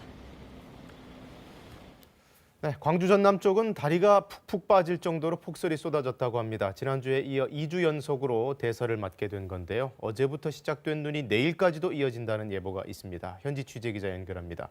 손준수 기자 상황 전해주시죠. 네, 조금 전까지 눈보라가 칠 정도로 많은 눈이 내렸지만 지금은 눈발이 많이 약해진 상태입니다. 하지만 이 거리에는 발목까지 잠길 정도로 많은 눈이 쌓여 있어서 앞으로 걸어가기가 어려울 정도인데요. 밤사이에 내린 많은 눈과 영하의 날씨로 인해 이 광주 시내 거리 곳곳이 얼어붙었습니다. 이 도로에는 차선이 보이지 않을 정도로 눈이 쌓여 있어 차량도 평소와 다르게 서행하고 있습니다. 이 눈과 함께 강한 바람도 불고 있는 만큼 출근길 옷차림을 단단히 하셔야겠습니다. 이 광주와 전남 지역은 어제 저녁부터 대설특보가 내려졌는데요. 현재 광주와 전남 당양과 장성에는 대설경보가, 목포와 영광, 순천 등 전남 15개 지역에 대설주의보가 발효됐습니다. 이 광주에는 10cm 안팎의 눈이 쌓여 있고 그 밖의 지역에도 5cm 안팎의 눈이 내렸는데요. 이렇게 많은 눈이 내리면서 전남 구례 성삼제와 진도 두목제 등 도로 2곳이 통제됐으며 무등산과 지리산 탐방로 일부도 통제됐습니다. 이 기상청은 모레까지 광주와 전남 서부 지역에 최고 30cm 이상의 많은 눈이 쌓이겠고 그 밖의 지역은 5에서 20cm, 전남 동부 남해안은 1에서 5cm의 눈이 내리겠습니다. 이 거리 곳곳에 미끄러운 곳이 많으니 차량 운행과 시설물 관리에 각별한 주의하셔야겠습니다. 지금까지 광주 운천저수지에서 KBS 뉴스 손주수입니다. 역시 대설특보가 내려진 제주에는 모레까지 50cm의 눈이 예보됐는데요. 이 눈만이 아니라 한파경보도 내려졌습니다. 57년 만의 일입니다. 취재기자 연결해보죠. 이면희 기자, 폭설에 57년 만의 강추위까지 아주 매섭네요. 네, 그렇습니다. 제주 역시 매서운 한파가 기승을 부리고 있습니다.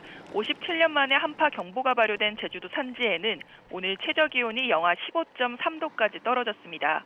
제주 산지엔 대설경보 등 제주 전역에 대설특보가 발효돼 어제부터 오늘 오전 6시 기준 한라산 어리목엔 44.8cm 등의 적설량을 보이고 있습니다. 산지에 내리는 많은 눈으로 1100도로와 516도로 등에서 모든 차량의 운행이 통제되는 등 제주 중산간도로에서 교통통제가 이어지고 있습니다. 제주 전역에 강풍주의보도 내려졌습니다. 제주공항에는 급변풍특보와 강풍특보가 발효돼 현재까지 제주로 오가는 항공편 19편이 사전 결항됐습니다. 기상 상황이 좋지 않은 만큼 항공기 이용객들은 운항 정보를 사전에 확인하셔야 합니다. 제주 북부와 서부 동부 앞바다에는 풍랑경보 등 제주 전해상에 풍랑특보가 내려져 높은 물결이 일고 있습니다. 이로 인해 소형 선박 운항은 물론 제주와 다른 지역을 연결하는 7개 항로 대형 여객선 운항도 모두 통제됐습니다. 지금까지 제주에서 KBS 뉴스 이면입니다. 네, 들으셨듯이 지금은 이 눈구름이 호남이나 제주 등 주로 남쪽으로 내려가 있습니다. 단 눈이 그친 지역들도 심하게는 영하 20도 안팎의 강추위가 이어지기 때문에 오늘 아침에도 빙판길 각별히 조심하셔야겠는데요. 네, 배혜지 캐스터, 먼저 대설 상황부터 좀 종합해서 전해주실까요? 네, 일단 어제부터 내린 눈 때문에 지금 도로가 많이 미끄럽습니다. 어제부터 지금까지 임실에는 18.6cm, 경기도 광주에는 14.8cm, 서울 서초구에도 10cm가 넘는 눈이 내려 쌓였습니다. 지금은 충청과 호남, 제주, 그리고 울릉도와 독도를 중심으로 눈이 내리고 있는데요. 충청 지역과 호남, 제주도는 모레까지 눈이 내리겠고요. 영남 내륙 지역은 내일까지 눈이 내리는 곳이 있겠습니다. 모레까지 제주 산지에는 50cm가 넘는 눈이 내리겠고 호남 서해안 지역에는 30cm 이상, 충남 서해안과 호남 내륙 그리고 제주에는 최고 20cm, 그리고 충청 내륙 지역에는 최고 10cm 정도의 많은 눈이 내릴 것으로 예상됩니다. 여기에 추위까지 한몫하고 있습니다. 지금 전국 대부분 지역에 한파특보가 내려져 있는데요. 서울에는 3년 만에 한파경보가 내려졌고 앞서 보신 것처럼 제주 산지에도 57년 만에 한파경보가 내려져 있습니다. 오늘 아침 철원 임남면은 영하 26.2도로 출발했고 서울도 영하 16도까지 기온이 떨어졌습니다. 지금 서울은 체감온도가 영하 24.9도까지 떨어져 있으니까요. 오늘 나가실 때는 옷차림을 정말 든든하게 하셔야겠습니다.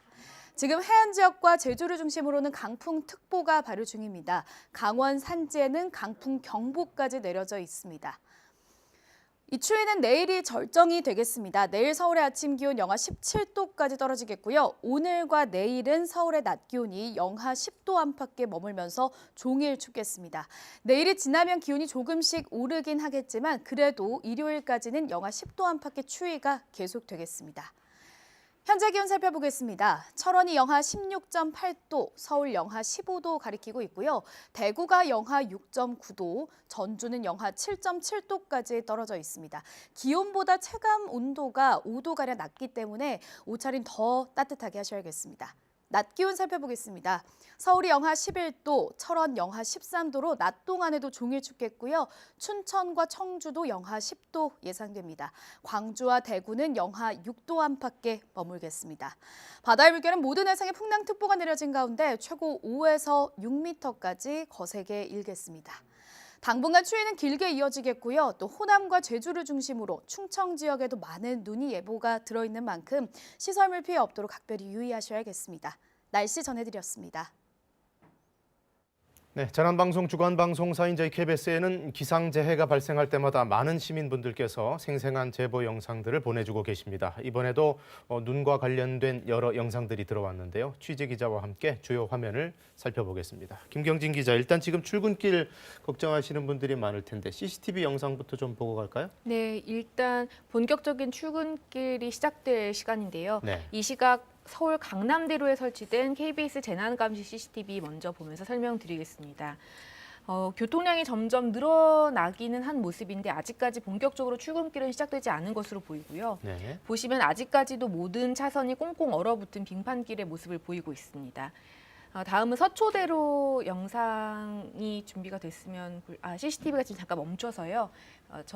서초대로 CCTV 보여드리겠습니다. 네, 준비가 됐습니다. 네, 여전히 빙판길인 모습이고 굉장히 미끄러워서 저희 새벽에 출근하는 직원들도 굉장히 바퀴가 헛돌아서 위험했다는 이야기를 계속하고 있습니다.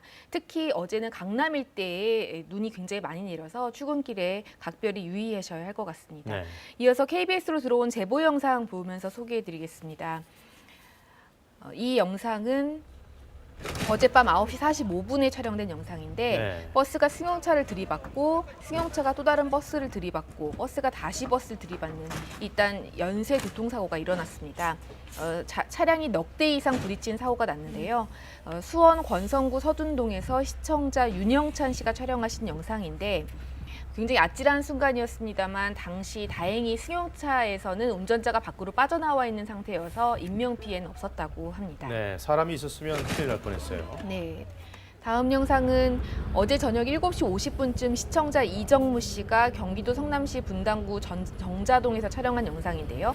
네, 딱 7시 30분쯤이면 한창 눈이 갑자기 많이 내리기 시작할 때입니다.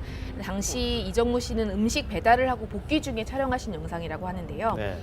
30분 만에 앞이 안 보일 만큼 갑자기 많은 눈이 내렸고 차들이 속도를 내지 못하고 길도 굉장히 미끄러웠다, 위험했다 이렇게 전해주셨습니다. 이후에 모든 배달은 취소가 됐다고 하고요. 배달 음식은 자제하고 포장하는 게 좋겠다라는 당부도 함께 남겨주셨습니다.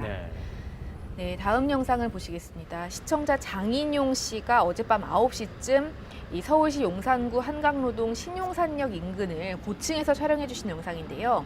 영상을 보면 마치 사진처럼 차량이 거의 움직이지 않고 이러한 차량 행렬이 수킬로미터 이어져서 마치 주차장을 방불케 하는 모습을 보실 수 있습니다. 전혀 미동을 안 하네요. 네, 이렇게 밤새 도로에 갇혀 계셨다는 분들, 퇴근에 8시간 넘게 걸렸다는 분들 여러 가지 제보가 잇따랐습니다.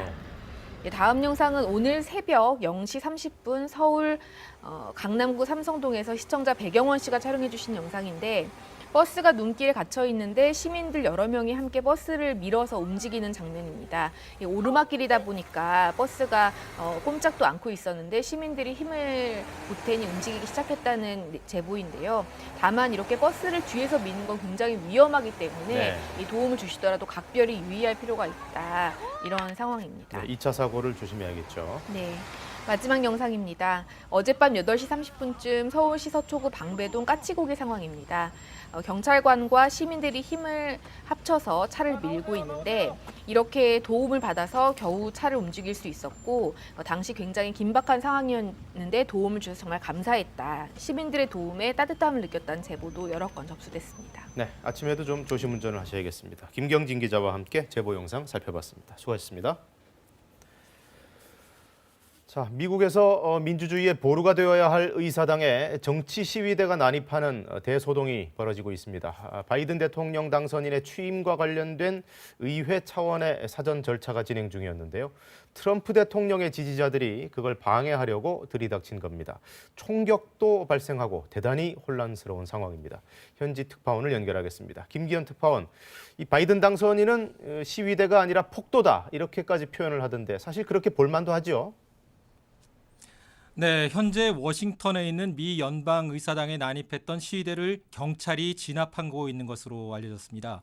시위대는 한때 상원 회의장을 점거한 것은 물론 하원 본회의장 진입도 시도했습니다. 의사당 창문을 깨고 침입하는 장면과 의회 측 요원들로 추정되는 인사들이 총기를 겨눈 모습도 포착됐습니다. 의사당 내부에서 실제 총격도 벌어졌는데 여성 한 명이 총을 맞아 중태에 빠졌고 미 경찰 당국은 여러 명의 부상자가 나왔다고 밝혔습니다. 현재 미국 의사 일정은 전면 중단됐고 뮤리엘 바워 워싱턴 시장은 현지 시각 오후 6시부터 통행 금지령을 내렸습니다. 의회에서는 바이든 당선인 확정을 위한 상하원 합동회의가 진행 중이었는데 회의를 주재하던 마이크 펜스 부통령은 물론 낸시 펠로시 하원 의장 등 의원들은 대피했고 의사당은 봉쇄됐습니다. 자, 이런 일이 벌어진 배경에는 이 트럼프 대통령이 대선 불복 입장을 굽히지 않고 있는 것도 한 원인이겠죠? 네, 그렇습니다. 트럼프 대통령은 상하원 합동회의 직전에 백악관 앞에 직결한 지지시대의 앞에서 연설을 했습니다. 1시간가량 계속됐는데 대선 불복 입장과 논리는 예전과 똑같았습니다. 트럼프 대통령 연설 내용 잠시 들어보시겠습니다. All Vice President Pence has to do is send it back to the states to recertify, and we become president, and you are the happiest people. 트럼프 대통령은 다만 사태가 격화되자 평화 시위와 함께 조속한 귀가를 당부하기도 했습니다. 백악관은 시위 해산을 위해 주 방위군을 투입했다고 밝혔습니다. 조 바이든 당선인은 이번 사태를 민주주의에 대한 전례 없는 폭거이자 반란이라며 트럼프 대통령이 책임을 져야 한다는 점을 분명히 했습니다. 들어보시겠습니다. I call on President Trump to go on national television now to fulfill his oath and defend the Constitution and demand an end to this siege. 자, 대선과 별도로 미국의 의회 구성 작업도 진행이 돼 왔는데 그것도 이제 거의 마무리돼 가는 분위기죠? 네, 조지아주 상원의원 선거에서 민주당이 2석을 모두 확보했습니다. 이에 따라 민주, 공화 양당이 각각 50석을 차지한 상황인데 부통령이 캐스팅 보트를 갖게 돼 사실상 민주당이 과반을 점하게 된 겁니다. 미국에서 민주당이 대통령에 이어 상원과 하원을 모두 차지하게 된 건 10년 만입니다. 새로 출범하는 바이든 행정부에는 코로나19 극복 등 현안 대응과 대외 정책에 힘이 실리게 됐습니다. 그러나 바이든 정부가 기업에 대한 증세와 탄소 중립을 표방하면서 재계에는 부담이 될 거라는 관측도 나옵니다. 바이든 대통령 당선인의 취임은 오는 20일로 예정돼 있습니다. 지금까지 워싱턴에서 전해드렸습니다. 네, 이어서 앵커 브리핑입니다. 국내 코로나19 상황 정리해드리겠습니다. 어제 0시 기준으로 신규 확진자는 840명, 1000명 밑을 잘 유지했습니다. 국내 발생이 809명, 해외 유입은 31명으로 집계가 됩니다. 최근 일주일간의 일평균 확진자 수도 800명대로 집계가 됐습니다. 지지난주, 그러니까 바로 전주만 해도 1,008.9명이었으니까 대략 200명 정도가 줄어든 것을 볼 수가 있습니다. 병상 부족 문제도 어느 정도는 해결이 된 것 같습니다. 중환자 병상은 전국적으로 177개, 수도권도 82개가 남아 있습니다. 특히 이 수도권에서 병상이 없어서 하루 이상 대기하는 사례가 지난 사흘간은 한 건도 나오지 않았습니다. 방역당국은 그동안의 선제검사와 강력한 거리두기 효과가 느리지만 서서히 나타나고 있는 것으로 평가를 하고 있습니다. 다만 더 확실한 해결을 위해서는 오는 17일까지로 예정된 강력한 거리두기 더 유지를 해야 된다, 이런 입장을 분명히 밝혔습니다. 앞서 날씨 소식 톱으로 살펴봤습니다만 이 한파가 방역에도 어느 정도 영향을 주고 있습니다. 너무 춥기 때문에 수도권의 임시검사소 당분간은 운영 시간을 좀 단축하기로 했습니다. 일반적으로는 평일에는 오전 9시부터 오후 6시까지, 또 주말에는 오전 6시부터 오후 1시까지 가동을 해왔는데 오늘부터 10일까지, 그러니까 일요일까지는 오전 11시부터 오후 3시까지로 운영 시간이 단축된다는 걸 기억해 두셔야겠습니다. 정부의 집합금지 조치도 이어지고 있는데 관련 논란도 계속됩니다. 헬스장이라든가 필라테스 같은 여러 업종들이 형평성 문제를 제기하고 있고 정부도 이제 원점에서 다시 검토해보겠다는 입장을 밝혔습니다. 관련 동향은 최유경 기자가 준비했습니다. 실내 체육시설을 운영하는 김미연 씨는 거리두기 단계를 발표하는 날마다 가슴이 내려앉습니다. 그 시간만 되면 울렁거리고 TV 앞에 서가지고 풀린다 막 이렇게 기도하거든요. 근데 또 뭐 새해 1월 4일까지 그랬다가 또 1월 4일 되니까 1월 17일까지 이렇게 늘어났잖아요. 거듭된 영업 제한과 금지 조치에 막노동과 거리 장사까지 안 해본 일이 없을 정도입니다. 다른 업종과 비교하면 억울한 생각까지 듭니다. 마스크 벗고 계속 하하호 하면서 술 마시고 음식을 먹고 하는 데는 뭐 괜찮고 저희 같은 경우에 마스크 차고 대화를 하는 것도 아니고 운동만 하고 가시는데도 저희는 지금 몇 달째 문을 못 열잖아요. 시간이나 인원을 제한하더라도 문을 닫지만 않게 해달라는 게 이들의 요구사항입니다. 샤워장 공동용품 사용 금지, 시설 면적 대비 동시간 사용 인원 제한, 운동구역 구분, 회원 예약지 관리, 마스크 착용 수시 검사, 정기적 소독과 환기 등 코로나 확산을 방지하면서도 운영할 수 있는 방법들은 너무나도 많습니다. 전국적으로 항의가 잇따르자 정부도 지침을 다시 검토하기로 했습니다.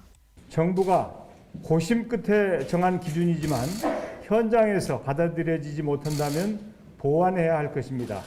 기준 자체보다는 이행과 실천이 중요하기 때문입니다. 가능성을 전부 열어두고 현장의 목소리를 반영해 대책을 논의하겠다는 겁니다. 정부는 특히 9인 이하 영업을 허용한 태권도장 등과의 형평성 문제도 고려하겠다고 밝혔습니다. 다만 일부 시설을 허용한 건 아이들에 대한 돌봄 공백을 메우기 위해서였다고 강조했습니다.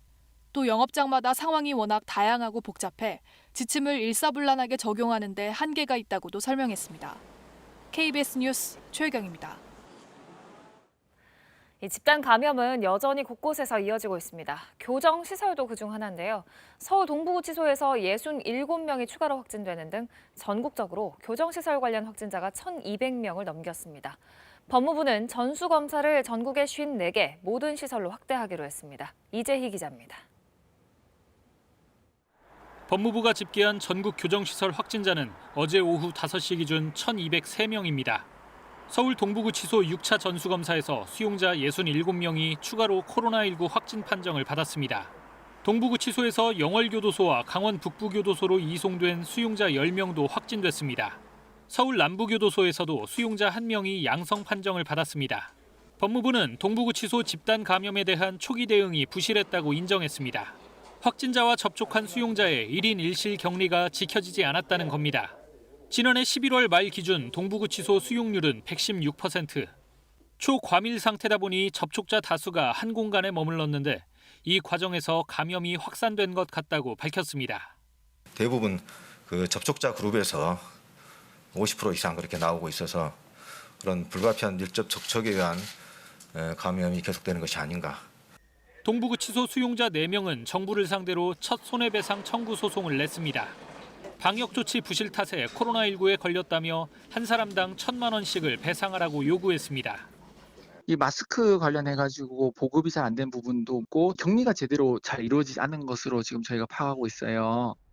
법무부는 코로나19 확산세를 꺾기 위해 전국 54개 모든 교정시설로 전수검사를 확대하고 수용자들에게 KF94 마스크를 하루 1개씩 지급하기로 했습니다. 또 앞으로 일주일에 한 번씩 교정시설 직원들을 대상으로 신속 항원 검사도 실시할 계획입니다. KBS 뉴스 이재입니다. 일본은 어느 때보다 비상입니다. 확진자가 폭발적으로 늘면서 입원을 못하고 자택에서 숨진 확진자만 120명을 넘었습니다. 오늘 도쿄 등 수도권 4개 지자체에 긴급 사태가 선언될 것으로 보입니다. 도쿄에서 박원기 특파원이 보도합니다. 지난 4일 일본 토치기현에서 한 코로나19 감염 환자가 자신의 집에서 치료를 해오던 중 갑자기 숨졌습니다. 고령자라고만 알려진 이 환자는 증세가 갑자기 악화됐지만 병원도 제대로 못 가보고 숨진 것으로 파악됐습니다. 일본 경찰 집계 결과 코로나19에 감염된 뒤 집에서 치료하던 중 상태 악화로 숨진 사람이 최소 122명에 이르는 것으로 나타났습니다. 이 중에 절반에 가까운 56명이 코로나19 확진이 급증하던 지난달에 사망했는데 환자 급증에 따른 병상 부족과 무관해 보이지 않습니다. 健康状態を定期的にしっかりと把握して速やかに病院に移動させるようなですね、そういうふうな対策がさらに必要になってくると思います。 도쿄도에만 입원 환자가 3,000명을 넘어 역대 가장 많은 숫자를 기록했습니다. 코로나19 환자의 병상 사용률이 86%에 이르면서 의료 체제가 붕괴 위기에 처했다는 분석까지 나오고 있습니다. 전국 신규 확진자가 역대 최대치를 찍은 가운데 일본 정부는 오늘 도쿄 등 수도권 4개 지자체에 긴급 사태를 선언할 것으로 예상됩니다. 尾身会長もおっしゃっておられますように、飲食を介しての感染リスクを減らすということが必要であって、そのためにどう効果的な強い対策を取っていくかということだというふうに思っております。 하지만 주로 음식점 영업시간 단축에 중점을 둔 이번 조치가 감염 확산 방지에 어떤 효과가 있을지 공식 발표 전부터 실효성에 의문이 제기되고 있습니다. 도쿄에서 KBS 뉴스 박원기입니다. 유럽 나라들이 화이자에 이어 모더나 백신도 본격적으로 접종할 수 있게 됐습니다. 유럽연합 차원에서 사용 승인이 공식적으로 떨어졌습니다. 베를린 유광석 특파원입니다. 유럽연합 집행위원회가 미국 제약사 모더나 백신의 조건부 판매를 승인했습니다. EU 집행위원회는 앞서 유럽의약품청이 모더나 백신의 조건부 판매 승인을 권고한 지 불과 몇 시간 만에 공식 승인 결정을 내렸습니다. En als je dan die 2 prikken geeft en je kijkt in een grote studie, dan blijkt de werkzaamheid 94,1%. 이번 결정으로 유럽연합 27개 회원국은 화이자 백신에 이어 두 번째 코로나19 백신을 사용할 수 있게 됐습니다. 폰데어 라이엔 집행위원장은 모더나 백신 승인으로 EU가 추가로 1억 6천만의 투여분을 확보할 것이라고 말했습니다. 화이자 백신을 합치면 모두 4억 6천만의 분이 됩니다. 모더나 백신은 올해 1분기와 3분기 사이에 공급이 이뤄질 것이라고 EU 집행위는 밝혔습니다. 지난달 27일 화이자 백신 접종이 시작된 이후 지금까지 유럽에서 백신을 맞은 사람은 수십만 명 수준으로 기대만큼 속도가 나지 않고 있습니다. 변이 바이러스 확산이 거센 영국에선 이틀째 6만 명 이상의 신규 확진자가 나왔습니다. 영국의 어제 신규 확진자는 6만 2천여 명으로 코로나19 발병 이후 가장 많았습니다. 신규 사망자도 1,040여 명이 나왔습니다. 입원 환자는 3만 400여 명으로 처음으로 3만 명 선을 넘었습니다. 잉글랜드 전역에 3차 봉쇄 조치를 시행 중인 영국 정부는 백신 접종을 통해 노령층 등에게 보호막을 제공하기 위해 봉쇄 기간을 헛되이 하지 않겠다고 말했습니다. 베를린에서 KBS 뉴스 유광석입니다. 네, 이란이 붙잡아둔 우리 선박 억류 해제시키기 위해서 정부의 협상단이 이란 현지로 출발했습니다. 그 소식은 강푸른 기자의 보도로 보시겠습니다. 외교부 담당 국장을 단장으로 하는 실무 대표단이 오늘 새벽 이란으로 출발했습니다. 대표단은 카타르 도하를 거쳐 테헤란에 도착할 예정입니다. 이란 측에서는 이거는 완전히 기술적인 문제라고 계속 그런 한결같고 일관된 입장을 보이고 있거든요. 증거라든가 데이터라든가 이런 정보를 좀 교환을 해달라고 좀 요구를 할 거고요. 대표단은 이란 외교부와 접촉해 사건 경위를 파악하고 선박과 선원을 풀어달라고 요청할 계획입니다. 나포 사건 이전부터 이란 방문이 계획돼 있던 최정건 외교부 1차관도 이번 일요일에 건너가 억류 해제를 논의합니다. 최 차관은 국회에 대응 계획 등을 보고하면서 이란이 주장하는 해당 선박의 환경 오염 증거는 나오지 않았다고 설명했습니다. 외교부의 보고를 들은 뒤 송영길 국회 외통위원장은 정치적 의도에 따른 납포 가능성에 무게를 뒀지만 이란의 실제 속내는 협상이 시작돼야 알 수 있을 듯하다고 참석 의원들은 밝혔습니다. 1월 20일 이후에 제기될 JCPOA 복귀 협상과 관련된 여러 가지 이제 협상 어떤 입지를 고려한 면이 있지 않을까 이렇게 추측은 됩니다. 선박이 억류된 이란의 반다르 아바스항에는 테헤란 한국 대사관의 담당 영사가 도착해 선원들의 안전을 확인한 것으로 알려졌습니다. 한국해미호 선박관리회사 측은 여전히 선주 상호책임 보험조합 조사관의 승선 허가를 기다리고 있다며 대표단이 도착하면 선박 조사도 속도가 날 것으로 기대했습니다. KBS 뉴스 강푸른입니다. 북한에서는 노동당 당대회가 이어지고 있는데요. 첫날에는 김정은 위원장이 경제 실패를 인정하면서 발전 계획에 집중했다면 어제는 방위력 강화를 강조했습니다. 취재기자 연결해보죠. 신선민 기자의 당대회 2일차에 나온 거죠. 어떤 내용들인가요? 북한 매체들은 당 대회 소식을 하루가 지난 다음 날에 보도하고 있는데요. 조금 전 북한 노동당 8차 당대회 2일차였던 어제 그간의 사업을 결산하는 사업 총화 보고 내용이 조선중앙통신 등 북한 매체들을 통해 전해졌습니다. 김정은 국무위원장은 국가 방위력을 강화해 평화적 환경을 수호하겠다는 의지를 강조했습니다. 북한 매체들은 국가 방위력을 보다 높은 수준으로 강화해 나라와 인민 안전과 사회주의 건설의 평화적 환경을 믿음직하게 수호하려는 중대 의지를 재천명하고 그 실현을 위한 목표들을 제기했다고 보도했습니다. 앞서 김 위원장은 당 대회를 시작하는 개회사에서 지난 5년간의 경제발전 계획이 엄청나게 미달했다고 인정했습니다. 여기에 이어 2일차인 어제는 향후 5년간의 경제발전 목표와 구체적인 방안을 제시하는 데 집중했습니다. 교통, 운수, 건설, 상업, 국토환경, 대외경제 등 경제 주요 분야 실태를 분석했고 앞으로 새로운 5개년 계획의 목표와 실현 방도가 상정됐다고 매체들은 전했습니다. 국가 과학기술 발전을 위한 과제들도 나왔습니다. 북한 매체들은 이번 사업 총화 보고에 대해 우리식 사회주의 건설의 발전 행로에서 진일보하기 위한 전략적 방침들이 반영됐다고 설명했습니다. 사업 총화 보고는 당대회 사흘째인 오늘 현재도 진행 중입니다. 내부의 경제 문제에 이어 대남, 대미 정책을 앞으로 어떻게 가져갈지에도 관심이 모아지고 있습니다. 지금까지 통일외교부에서 전해드렸습니다. 고 정인양 사건과 관련해서 김창룡 경찰청장이 초기 대처가 미흡했다며 공식 사과했습니다. 세 차례 학대 의심 신고에도 별다른 조치를 하지 않았던 양천경찰서의 서장에 대해서는 대기 발령 조치가 내려졌습니다. 박영민 기자의 보도입니다. 정인이 사건을 부실하게 수사했다는 비판이 커지자 결국 경찰청장이 고개를 숙였습니다. 김창룡 경찰청장은 학대 피해를 당한 어린아이의 생명을 보호하지 못한 점에 대해 깊이 사죄해야 한다고 밝혔습니다. 초동 대응과 수사 과정에서의 미흡했던 부분들에 대해서도 경찰의 최고 책임자로서 깊은 책임감을 느낍니다. 담당 경찰서 수사 책임자였던 서울 양천경찰서장에 대해서는 대기 발령 조치가 내려졌습니다. 앞서 경찰은 지난해 5월과 6월 두 차례나 정인 양이 학대를 당하고 있는 것 같다는 의심 신고를 받았습니다. 하지만 마사지를 해주다 멍이 들었다, 수면 교육 중이었다라는 등의 양부모의 말만 듣고 사건을 종결했습니다.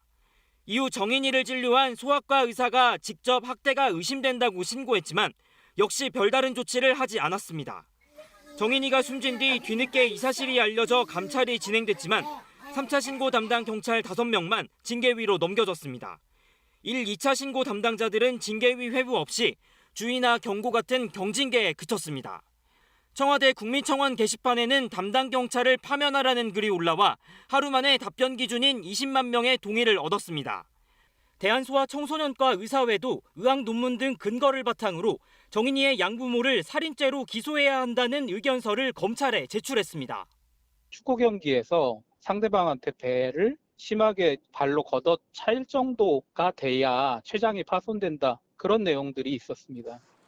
정인이 양부모에 대한 첫 재판이 다음 주 예정된 가운데 담당 재판부에는 엄벌을 촉구하는 진정서가 700통 가까이 접수됐습니다. KBS 뉴스 박영민입니다. 여전히 충청과 호남, 제주를 중심으로는 산발적으로 강한 눈이 쏟아지는 곳이 있습니다. 어제부터 지금까지 10cm가 넘는 눈이 곳곳에 쌓였는데요. 지금 충청과 호남, 제주에는 대설특보가 발효 중인 가운데 이 지역은 모레까지 폭설이 예상됩니다. 모레까지 제주 산지에는 50cm 이상, 호남 서해안 지역에는 30cm 이상, 충남 서해안과 호남 내륙 지역에는 최고 20cm, 충청 내륙 지역에도 최고 10cm 정도의 눈이 내려 쌓이겠습니다. 영남 내륙 지역은 내일까지 1에서 최고 5cm 정도의 눈이 내리겠습니다. 날씨 정보 전해드렸습니다. 네, 오늘 아침 출근길 도로 사정이 대단히 좋지 않습니다. 간밤에 눈이 내린 데다 한파까지 들이닥치면서 곳곳이 빙판길로 변해 있습니다. 지금 한창 출근하시는 분들 많은 시각인데요. 현장 사정이 어떤지 CCTV 영상들을 좀 살펴보겠습니다. 서울경찰청 상황실 나와주세요. 네, 서울경찰청 교통정보센터입니다. 어제 내렸던 눈으로 인해서 퇴근길 불편이 많았습니다. 현재 교통통제 구간은 없습니다만 영하권의 날씨로 빙판길 주의하셔야겠습니다. 삼청동길을 지나 와룡공원길인 감사원과 와룡공원 사이, 또 북악산길과 인왕산길도 어제 밤 11시 반을기에 교통통제는 모두 해제가 됐습니다. 보시는 화면 밤고개길 세곡 사거리에서 수서 방향 쪽으로 제설 작업이 미처 완료가 되지 않은 상태고요. 헌릉로, 영곡 로터리와 세곡 사거리 사이 역시 양방향 속도 내기 매우 어렵습니다. 강변북로 잠실철교에서 천호대교 방면으로는 1차로에 추돌 사고가 났습니다. 눈이 쌓여 있었기 때문에 사고 처리가 매우 더딘 상황입니다. 남부순환도로상 서울대 입구역과 신림 사거리 구간으로는 경사진 도로이기 때문에 역시 조심 운전하셔야겠고요. 올림픽대로 잠실 쪽 성산대교와 한강대교 사이 거의 움직임이 없습니다. 반대 공항 쪽으로는 암사대교와 반포대교 사이로 정체인데요. 보셨듯이 통제 구간은 없습니다만 눈이 쌓인 곳이 있기 때문에 가급적 대중교통 이용 당부드리겠습니다. 교통정보였습니다. 이번 주 개봉 영화 소식 알아봅니다. 김지성 기자입니다. 히틀러를 인터뷰한 첫 외신 기자. 이번엔 새로운 유토피아를 열었다고 선전하는 스탈린 정권의 자금을 필요합니다. What do you want? The story no one is talking about. 피살된 동료 기자가 남긴 단서를 토대로 죽음을 무릅쓰고 우크라이나에 잠입한 그는 스탈린에게 곡식을 빼앗기고 굶어 죽어가는 참혹한 현장을 목격합니다. 실제 1930년대 우크라이나에서 수백만 명이 굶어 죽은 홀로도모르를 세상에 알린 기자, 가레스 존스 이야기입니다. 빼어난 연출력으로 역사적 비극에 대한 고발은 물론 팽팽한 긴장감으로 관객을 몰입시키는 영화적 재미도 놓치지 않았습니다. 누구보다 성실하게 연습하는 발레리나. 평범한 소녀인 것 같지만 실은 남자의 몸으로 태어나 여자가 되고 싶어하는 학생입니다. 한참 예민한 사춘기 때 남들과 달리 호르몬 치료를 하며 성전환 수술을 기다리는 그녀의 내면을 깊이 들여다봅니다.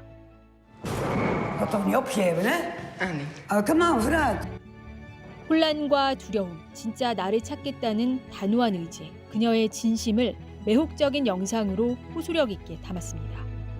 71회 칸 영화제에서 4개 부문을 휩쓴 작품입니다. 지구를 지키기 위해 알래스카로 떠났다가 실종된 아빠를 찾아 나선 모험담입니다. 알래스카 대자연을 배경으로 환경 보호에 대한 의미를 생각하며 온 가족이 즐길 수 있는 작품입니다. KBS 뉴스 김지선입니다.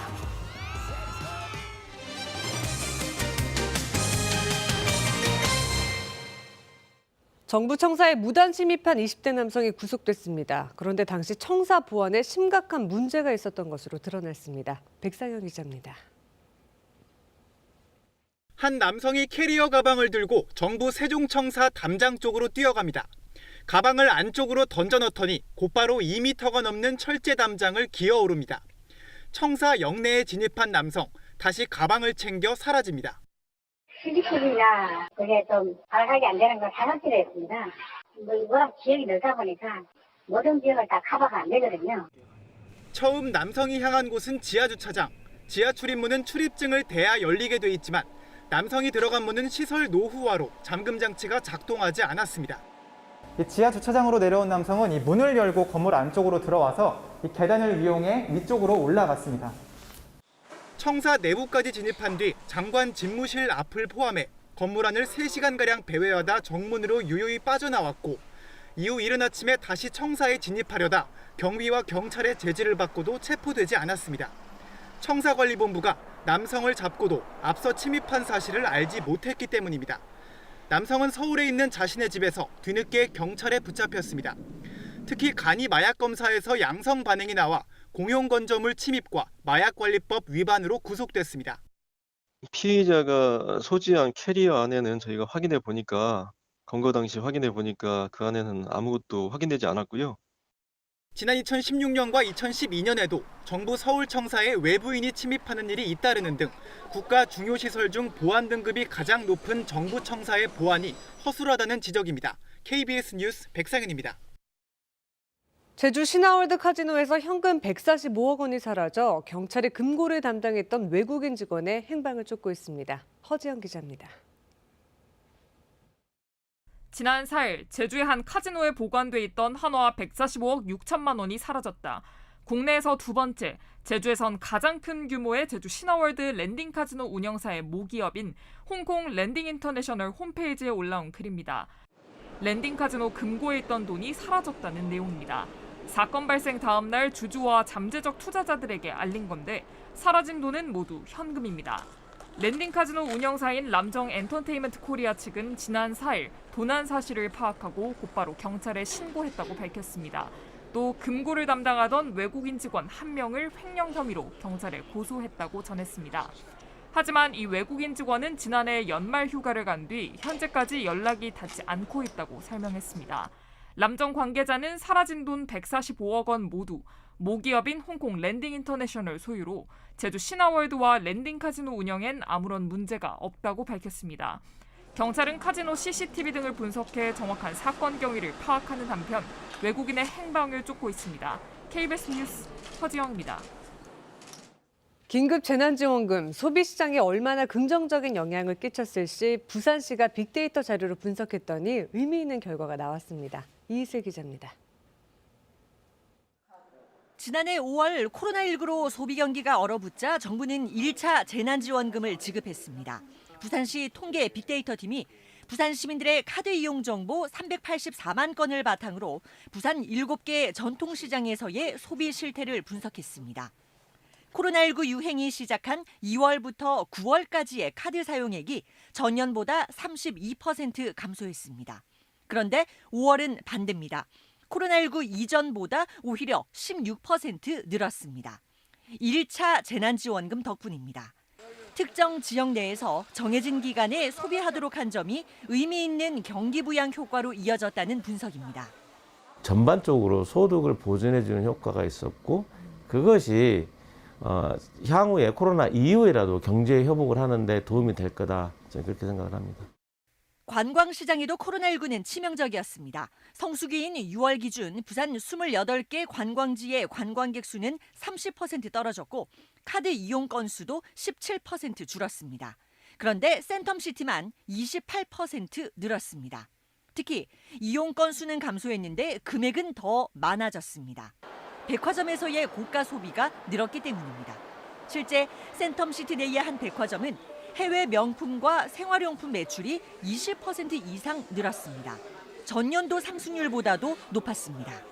저희들이 했던 조사 결과에도 보면 저소득층은 소득이 줄었다고 나타나는 반면 고소득층에 있어서는 소비가 줄지 않았다고 얘기를 합니다. 오히려 늘어난 쪽도 있고. 코로나19라는 전례 없는 재난은 소비 시장에도 예상치 못한 변화를 가져오며 앞으로의 전망을 더 어렵게 하고 있습니다. KBS 뉴스 이희슬입니다. 정부가 수신료 제도를 개선하겠다고 발표했습니다. 시청자의 권익 보호도 강화하기로 했습니다. 염기석 기자입니다. 정부가 제시한 방송 비전의 핵심은 공공 서비스 확대입니다. 재난 방송을 강화하고 허위 조작 정보를 막기 위해 팩트체크 플랫폼도 고도화한다는 구상입니다. 공공성 강화를 위해 KBS 등 공영방송에 대해선 재허가 제도 대신 공적 책무 협약 체결을 추진하기로 했습니다. 영국 BBC처럼 공영방송 책무 이행 여부를 상시 평가하겠다는 겁니다. 실현할 수 있고 지켜져야 되는 의무의 내용들을 서로 간에 합의하는 부분이기 때문에 훨씬 더 규범력이 높아질 가능성이 있다고 생각을 합니다. 방송산업 발전을 위해 광고 규제는 원칙 허용, 예외 금지 방식의 네거티브 규제로 전환됩니다. 중간 광고나 협찬 고지 등의 방송 매체별 규제의 차이도 해소할 방침입니다. 공영방송의 역할을 강화하기 위해 40년째 동결된 수신료 제도도 개선해 나가기로 했습니다. 걸맞는 사업 규모를 결정하는데 수신료 산정이 진행돼야 된다. 이게 이제 수신료라는 매개고리로 과도한 개입이 일어나는 그런 방식으로는 안 된다라는. 이와 함께 시청자 권익 보호를 위한 전담기구를 설치하고 장애인의 방송 시청을 체계적으로 지원하는 등 이용자 보호도 강화할 방침입니다. 한편 언론노조와 5개 시민단체도 언론이 정치와 자본으로부터 독립할 수 있도록 정부가 언론개혁 공약을 조속히 이행하라고 촉구했습니다.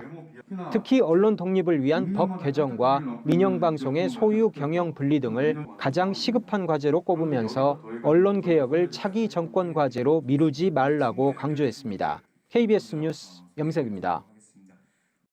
이 시각 교통 상황 알아보겠습니다. 서울경찰청입니다. 목요일 출근길 교통정보입니다. 어제 퇴근 시각 내렸던 눈으로 인해서 교통 불편이 많았었는데요. 현재 도로 통제 구간은 없습니다만 빙판길 주의해서 안전 운행하시기 바랍니다. 어제 통제됐었던 와룡공원길, 북악산길, 인왕산길, 어제 밤 11시 반에 기해서 교통 통제는 모두 해제가 됐습니다. 보시는 화면 밤고갯길 세곡 사거리에서 수서 방향 쪽으로 제설 작업이 미처 완료되지 않은 상태고요. 헌릉로, 영곡 로터리를 지나 세곡 사거리 사이 양방향 속도 내기 어렵습니다. 남부 순환도로 서울대 입구역과 신림 사거리 구간으로는 경사진 도로이기 때문에 역시 조심 운전하셔야겠고요. 올림픽대로 잠실 쪽 성산대교와 한강대교 사이로는 거의 움직임이 없습니다. 반대 공항 쪽으로도 암사대교와 반포대교 사이 정체인데요. 보셨듯이 통제 구간은 없습니다만 눈이 쌓인 곳이 있어 빙판길 우려가 있습니다. 가급적 대중교통 이용 당부드립니다. 교통정보였습니다.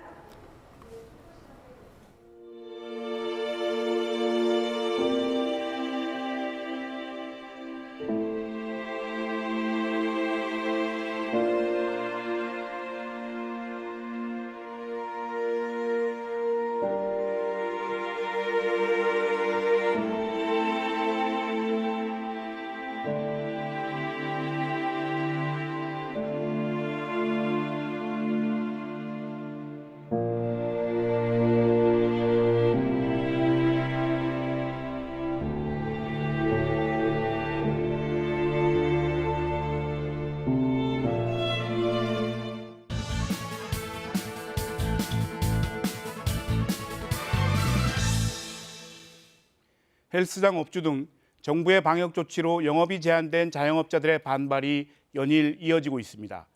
거리 시위는 물론 정부의 지침에 불복해 가게 문을 열며 집단 항의하는 등 반발의 강도가 거세지고 있습니다. 업종도 자영업계 전반으로 확산하고 있습니다. 이미 임계점에 달한 자영업자들의 열악한 상황, 여기에 업종별 형평성 논란이 반발을 키우는 형국입니다.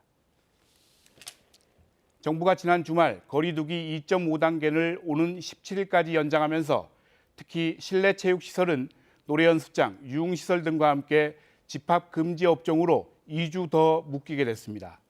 반면 학원과 교습소 같은 곳은 돌봄 기능 등을 고려해 교습 인원 9명 이하를 조건으로 일부 영업이 허용됐습니다. 자영업자들이 형평성 문제를 제기하고 나선 주된 이유입니다.